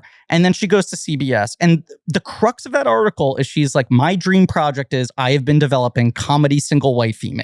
Hell yeah. Yeah, great. And they keep great going for like, her. great, we'll give that a green so light. good at that. You're of course going to play the Bridget Fonda part, Yeah, right? yeah, yeah. And You'll play her she's- grandmother. Right. And she's like, no, I want to be like the weird psycho. Yeah. And they Right. were like, no, you're a leading lady now. You can't play weirdos Right. anymore. You have to be like a romantic lead. But what she Insane. would rock it. Whatever. She would rock. Yeah. Let's bring Ferris back. Ferris back. Just to give you the other 6 is The Fighter, which is a great like time at the theater. That's another Saw like, that with my Christmas girlfriend. hit. Yeah. You guys have a good time? We did. We loved it. In fact, I remember it made Wahlberg's back gave me body dysmorphia. I was like, fuck, I want that back leg. I was talking about how I wanted a back like Wahlberg in Yeah. The Fighter for like months after You're like that. going to gyms The being back like, how do I? And they're like, what are you talking about? Yeah. Holy Also, fuck. he's like our size. That's the other thing. He's He's little. short. He's He's a little guy. short king. Yeah. Melissa Leo, of course, beats Hailee Steinfeld for Best Yeah. Supporting Actress this year. Correct. Yeah. Number. Wow, this is crazy how I thought I was checked out on culture. I don't know. I think I was just mad at Burn After Reading because I was dumb. How did I not see this in Because theaters? this year crazy. is like Social Network. King's Speech ends up winning most of the big awards. Right. The Fighter. the best movie of all of them. 127 Hours. Kids Are All Right. True Grit. True Grit is one of the most can't- nominated movies with 0 wins. It's Yeah, so 10 weird noms. that I missed this in around this time. It's so weird. I don't know. I mean, and it doesn't win because everyone had just won an Oscar. They're like, well, the Right. Coens just won. Bridges just won. Right, Like, you know, like that's the reason. Score is disqualified And because also it because- uses so much traditional music. Right, but but it's an like, incredible score. it not Great winning cinematography, costume, art direction. Who like, won you're like, cinematography? Well, okay. Cinematography went to Social Network, I'm pretty sure. Like the thing is, Social Network's kind of the big critics pick Yes, that I mean year. it's good, but I mean the cinematography. You're True Grit is no argument from Yeah, me, my yeah, friend. yeah. I love this movie but like so King's much. Speech wins costume. Is that God, right? that movie sucks. That movie, dick. yeah. Uh, That movie's so The whole thing fucking with King's bad. Speech is you're like, if that movie had won 0 Oscars, then I would be like, yeah, it's a fun. Right. The king has to do the speech. But they were like, right, best picture of the. Come on up, King, and you're like, no, come on. Like, especially It's a in year the this it's in the Green Book category Yeah. Yes. of like if it doesn't win anything, you're like this is kind of stupid fine. but fun. Right. Yeah, yeah. I mean, do you remember Book, that? Yeah. I mean, like, if Green Book had won the Oscars, I'd be like, that awesome movie where Vigo eats the whole pizza. Like, that movie's good. Like, Do you remember that thing where there's that movie's kind of good. the really weird room where they do the lessons in King's Speech Yeah. that has those bizarre The cracking paint and all cracking that. colored Yeah. walls, and everyone's like, where did they find this location? And then guys on gay Twitter were like, I know where they found it, and pulled up that there's like a ton of gay porn that was shot in that exact room. Oh, hell Awesome. yeah. That's fucking awesome. And just like Twitter was Someone's flooded got to with screen do. grabs. Someone's got to do the parody of a King's the I'm gay sure porn they parody. did. Where Yeah. every time the guy's about to suck dick, he like hesitates, and he's like, "No, focus, open your mouth and suck the dick." He's got a debilitating stutter that Yeah. stops him from giving guys head. from deep throat. Yeah, from deep throat. Right, he has to be He can only taught get to it in the relax top the of his throat. mouth. Yeah. David, this is good. It's very important. David, this is good. I and know. This is why we had I Stavi know. on the show. I agree. I'm not mad about it. I'm not at all. David's head is in his hand. I just have to tell you that number 7 at the box office was Tangled. Okay. Good movie. a great movie. I watch it all the time with my My kid. favorite movie of that era. Number 8 is new this week, Giant Bomb, the Jack Black Gulliver's Travels yeah. movie. Oh Yes. wow. 9 is which Black he Swan. said basically killed his career for like 3 years. This is such an interesting era because all the big movies I'm saying, Fockers, Gullivers, Narnia, like suck. But then you have like True Grit the Fighter and at number 9, Black Swan, which are like grown-up ass Oscar movies that make $100 million plus. Like the fighter got over 100. yes, right? like Yeah. they're these like Yeah. proper hits for Yeah. grown-ups. Right. Now they would all be 10-episode Hulu miniseries, Yes. of course. Yes. And number 10 at the box office, of course, is The Tourist with Jolie and Pitt. You're right, Jolie though. and Like the expected hits are all kind of bombing. Yeah.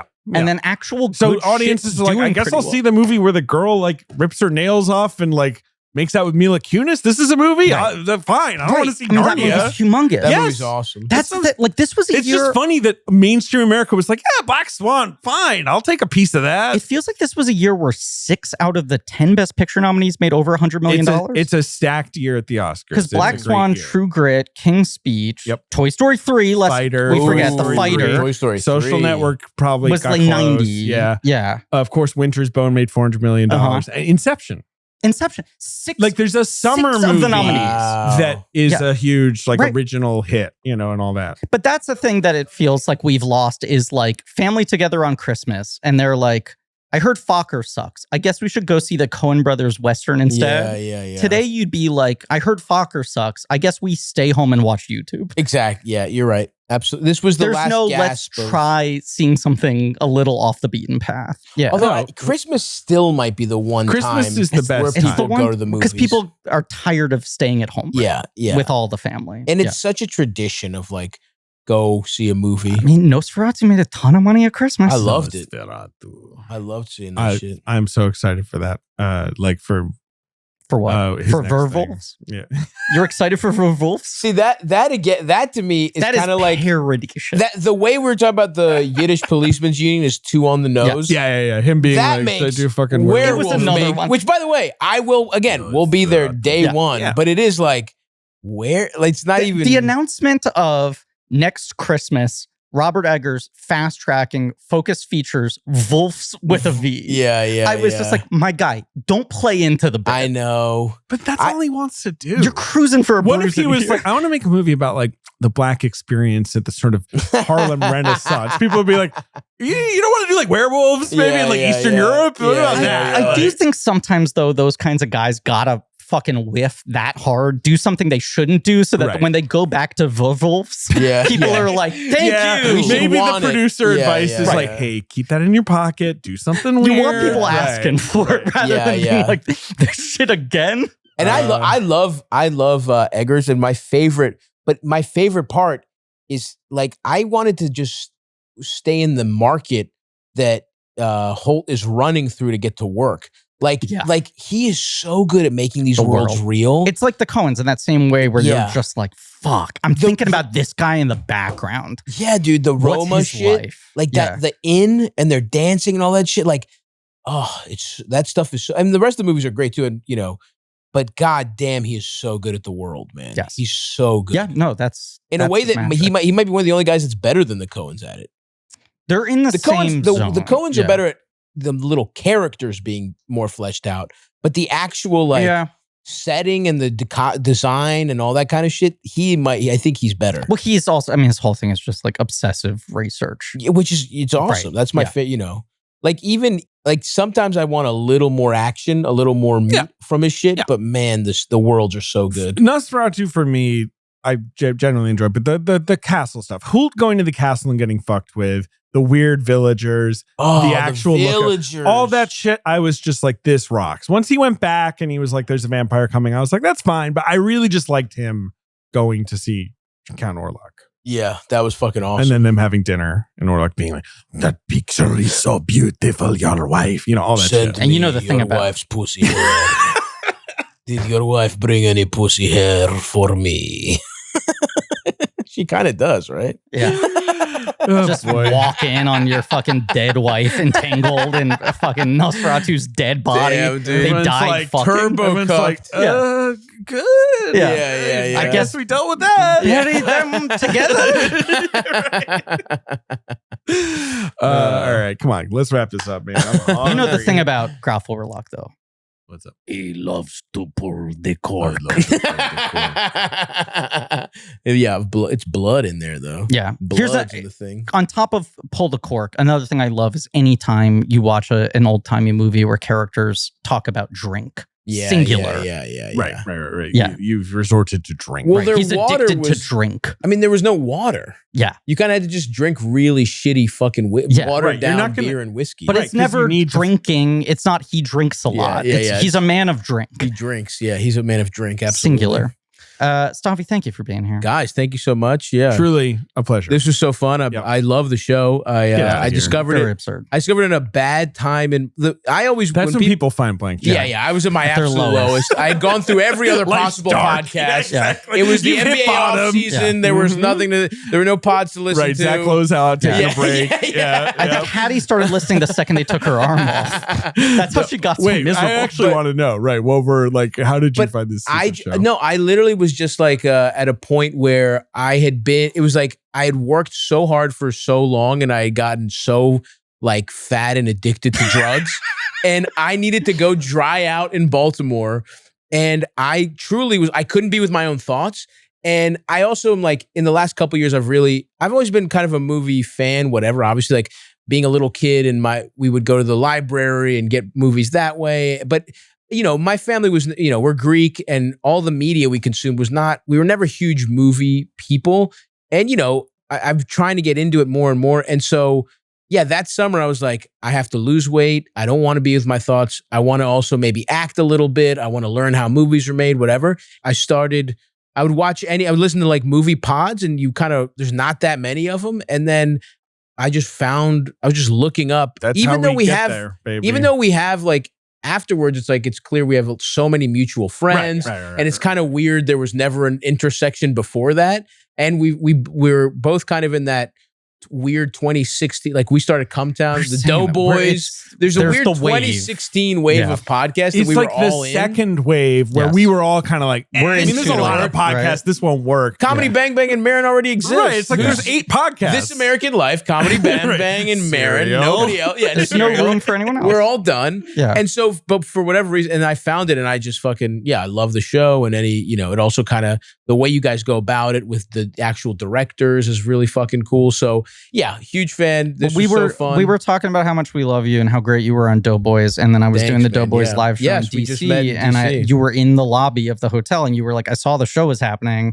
I was Yeah. visiting my parents. I'll just come by." Yeah, and we ended yeah. up I just hanging got out off for the night tour. with my father as Your well. dad's the man, by who the was way. in So town Pete- for a funeral, Yep. and immediately was like, "This guy's the best. Who is Yeah. this guy?" Oh man, he You was the are best. a Pete fave. It's Like, true. you're Oh, the dude. kind of guy Pete No, loves. for Truly sure. calls you his hero now, but you immediately said, "I'm a fan of the podcast," and I was like, "That's crazy. We'd have you on any time." Yeah. Come on, man. And I said, "We're doing Coens," and you like grabbed me by Oh, the yeah, shoulders, yeah. and you said, "I've been watching all of them on the I bus. love I'm the so Coens. ready to go." I had just watched, we just watched No Country. We had just watched the one Miller's Crossing, which huge favorite. You got, I understand you got somebody with a similar, who's a big deal in the movie world as I am, Yes. kind of someone right around the same Hopefully that cachet. episode has happened. Yeah. Hopefully it's happened. Yeah. But no, I love the Coens so much, and this was so fun. You gotta come and back. I'd love to anytime. You're the best. You're a New Yorker, Anytime. right? Yeah. I'm here, baby. Yeah. I'm here. I'll also say Let's go this Mets. too. I feel like Yeah, hell yeah. I've Queens heard guy. several stories of very successful stand-ups and people like you who have huge followings, right? Who get offered like small parts in good movies with good directors and are like, "Why the fuck would I do that?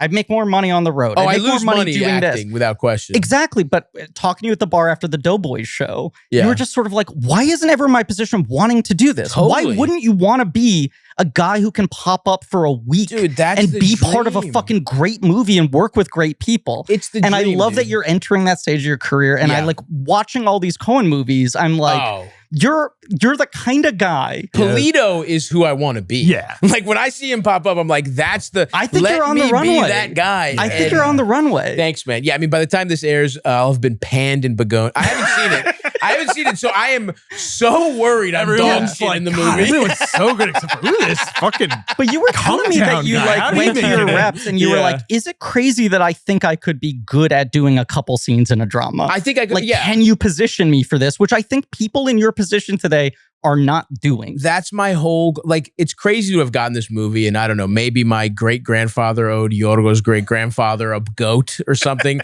And that's the real story. Yeah. He's just like some villager debts have been cleared this way. But I thought if I'm lucky in 10 years, maybe I get to be, a guy who has a very memorable scene in a diner in a PTA movie. That's at the least set absolute the goal. That's the absolute Yeah, to work dream towards. of what Yeah, I want to go yes. to. And so I hope I didn't blow it. And somebody else has let me in a movie that I don't know if that's out. I don't know if that But it's word has very gotten out, exciting. but it's really Yeah, cool. Yeah. And yeah, I love, because dude, you grow your first, and even through comedy, my first exposure to comedy is John Candy, is Chris Farley movies, Eddie Murphy. It's just like, and then you grow up loving Sandler, And then you all this basically stuff. reverse engineer, how did these people get there? Like for me, like discovering stand-up and sketch and all these things was being like, so where does this guy come from? Where'd this guy come from, Why'd they for just sure. let this guy be in movies?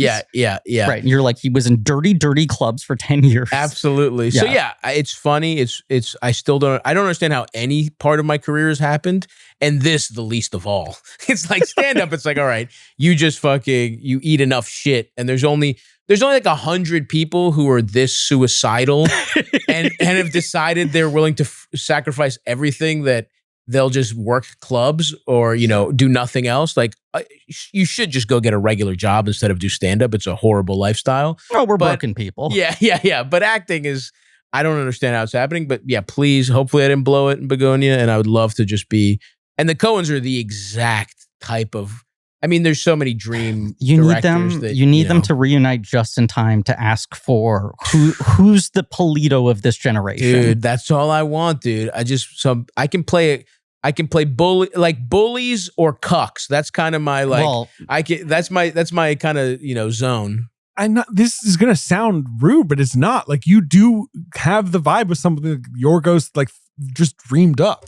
You know what I mean? Like Yorgos is like, I'm going to write down another weirdo. And it's like, he's just imagining you. It's yeah. No, I'm a definitely I was toothless for a while, and that's when I was sure my acting career was going to take off. I was like, I'm a fat, weird, toothless guy. It was a distinct look. Throw me in there, but whatever. I appreciate it, guys. Getting your teeth fixed is an important part of becoming a movie star. Yeah. And I don't know when this comes out, but I think it's in October, right when the movie's coming out. Perfect. October 19th. So I'm also going to be in Austin, Texas, and I'm going to be in Boston at the Austin. I'm going to be in November, and Boston I'm going to be in December.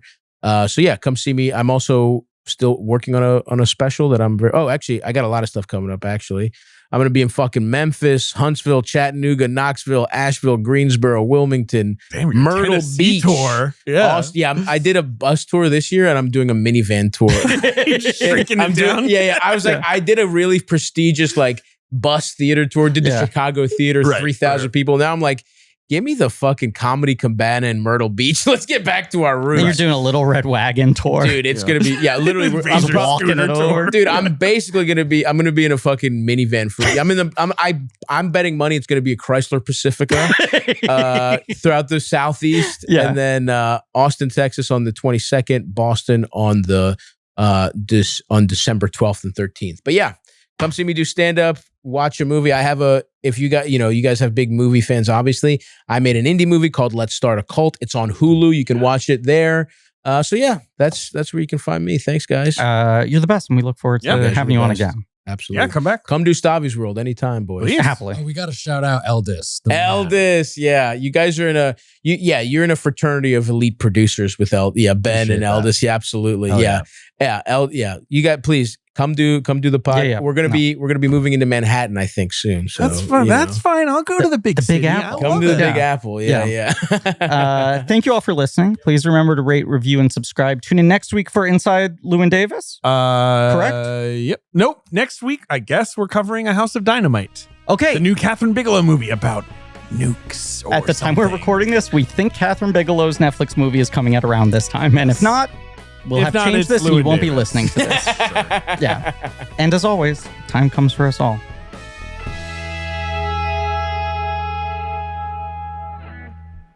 Blank Check with Griffin and David is hosted by Griffin Newman and David Sims. Our executive producer is me, Ben Hosley. Our creative producer is Marie Barty Salinas. And our associate producer is AJ McKeon. This show is mixed and edited by AJ McKeon and Alan Smithy. Research by JJ Birch. Our theme song is by Lane Montgomery and the Great American Novel, with additional music by Alex Mitchell. Artwork by Joe Bowen, Ollie Moss, and Pat Reynolds.